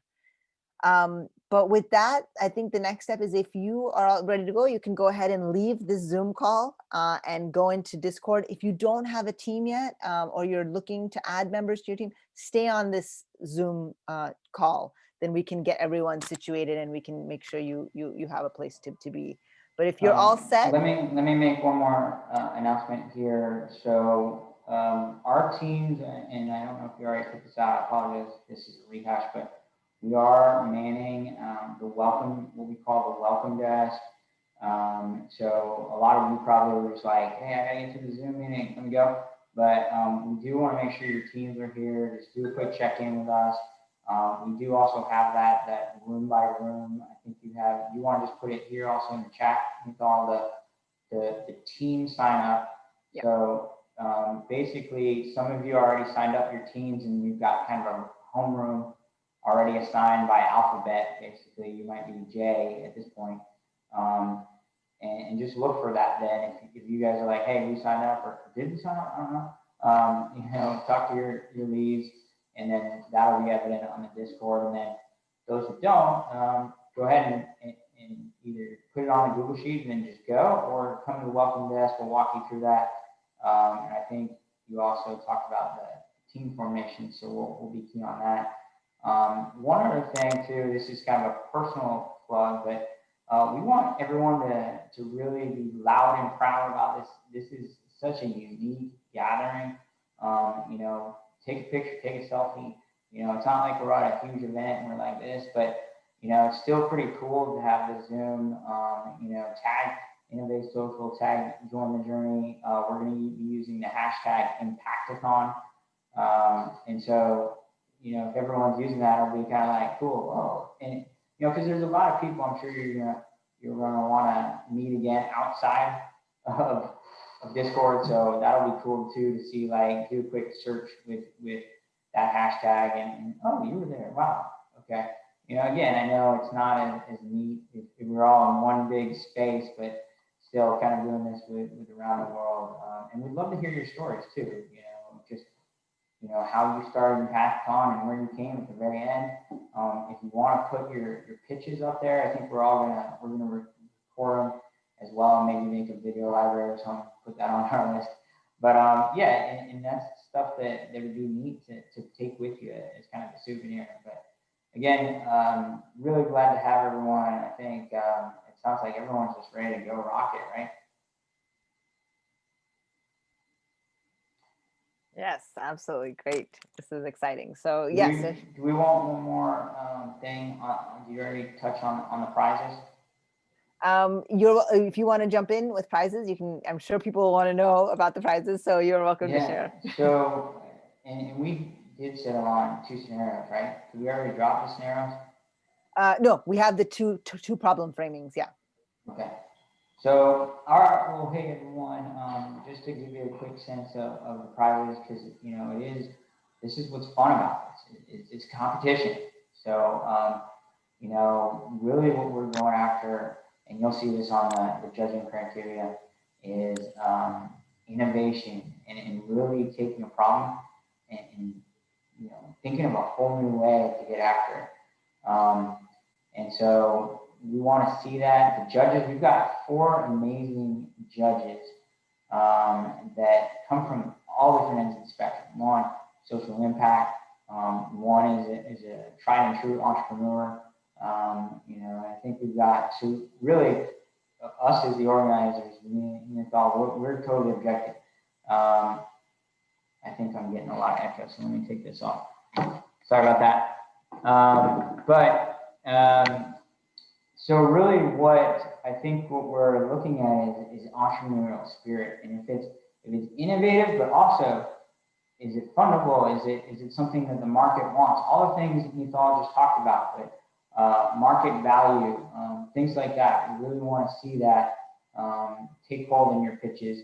And so the people that come out with just all those right elements, we're going to award just best overall, best in show, so to speak. And there's a judging criteria, so there will be some way to say, okay, they had 50 points, but those people will get $1,000 cash, U.S. cash. So if you're in a different country, obviously that'll go a little bit farther, and that'll be split amongst your team. So keep that in mind, and hopefully you're not limiting people just because you don't want to split the prize money, but obviously something to keep in mind. And then we'll be giving 2 $500 prizes for best in kind of the scenario. So if you picked scenario one and it would be, and that ended up being best in show, then we picked the next scenario in that category. It could be sort of a second, but also we've got two scenarios. And just to give you all a framework, recognize that some of you are coming from a place of, systemic poverty here in the U.S., and you don't want to discount that. So I think one of the scenarios is a little bit more domestic centric. There's a lot of homelessness. There's a lot of systemic poverty in terms of our own education system here. So that's part of it. And then we'll be able to give the criteria. So it's kind of like a first place, hey, you get the top thing, and then a second, third kind of breakdown, and we'll have more guidance on that a little bit. I don't want you guys to get wrapped around the axle, as they say, on that piece. But we've also got an incredible amount of what we call non-monetary. I think I mentioned on the sponsor, when I talk about the sponsor. So if you guys really want everyone to walk out with maybe something, if you're, even if it's a free mentorship session, try to pair people up that maybe didn't get the cash prizes to get eligible for that. So yeah, hopefully that kind of sets everyone in motion to kind of go after. That's perfect. Great. Yes, it's always helpful, I think, to know. And we've had, it's some of the mentorship and advising it could be the difference between moving your idea forward and not. So very you definitely want to try to get some of that. So that's great. So we'll provide more clarity on that. But I know that there are folks that are on the in the welcome channels, welcome booth channels on Discord. So feel free to leave here and go there on Discord, and then start working on your teams and let us know if you have questions. But great to connect with you guys, and hopefully this has been a good session and helpful that you feel more prepared and ready to, and what to do, what you'll be doing in your team. So thanks for joining this long Zoom call, and we'll see you on Discord now. Ma'am, I just have one question to ask. We'll have to just choose one scenario, right? Yes. Between the two? Yeah, because they're very different. They will be different in so they will be hard to do both. Yeah. Okay, thank you, ma'am. Thank you for good luck. Neetal, this is Anita. You said that if we wanted to invite more people, we could do that at the end of this call. Yes, if you want to invite others, then maybe, Adam, I don't know if you have a thought of how to do that. Do you want to meet on Discord there and then figure out there? Or I can create a room and put, I don't know. Well, I think some of this just probably via email to get you the right links, because I don't know if they'll have the Discord link, but we could figure out. I think Anita, are you in the Discord, or are you on the Discord? I'm in Team T. Oh, okay, perfect. Okay. Yeah. So we're maybe looking for more members for community empowerment and mutual credits. Awesome. Love that. Yeah, and so and if you want to just shoot a message to Adam on Discord too, if you have a specific question about the team, then we'll get you situated and make sure it'll just be helpful for us to register those folks, so then they'll also be on the email. Like if we send out updates on Eventbrite, then they'll get all those too. Okay, awesome. Cool. Now, I know we said, hey, stay behind if you need the team. I see still a lot of faces here, so I don't know if you guys are half in Discord and half here, and just never shut it down. We'll stick around, but we go stick around, and if it ends up being a big number, we can create some more rooms so that you can have smaller conversations. But I have a feeling that maybe some people may have just stepped away from their computers, maybe. So we'll find out. Yeah. Do we just want to go ahead and close it down, and then we'll just make an announcement in Discord of where the join up rooms are?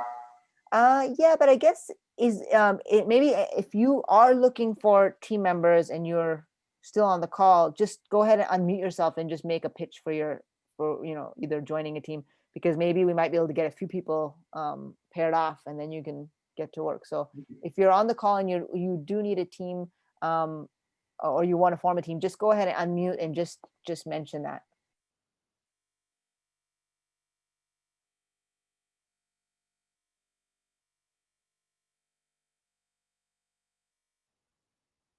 And if not, then maybe we'll just we'll meet up in Discord. All right, everyone. Great to see you, and see you back over on Discord now. Hey, Neetal, I was just waiting to make sure there was nobody else kind of chiming out. Do you have a couple minutes? I'd love to talk to you about this this program you got here. Yeah. Do you want to just meet on Discord and just then we can wrap this call up and end the live stream? I think we're still live streaming. Okay. Yeah. Yeah. Ma'am, I have a small question. This is Ria. Uh-huh. Ma'am, if I already have a group of 4, so we have checked in, right? We don't have to go to Discord and No, again. you should go have at least one person from your team go to the welcome channel, and then just let them know that you're here, because even though you have a team, we just want to see who's actually here, like today. So just Yes, go ahead I'm a point person from my group. Okay, yeah. So then just go. Then you can just go over to the welcome audio channel, welcome desk audio Okay. channel in the Discord, and just let them know that you're here. Kind of like check in with them, that they can Okay. say, yeah, and then you can go on to your room. Yeah. Okay, thank you. Yeah. Thanks. Yeah.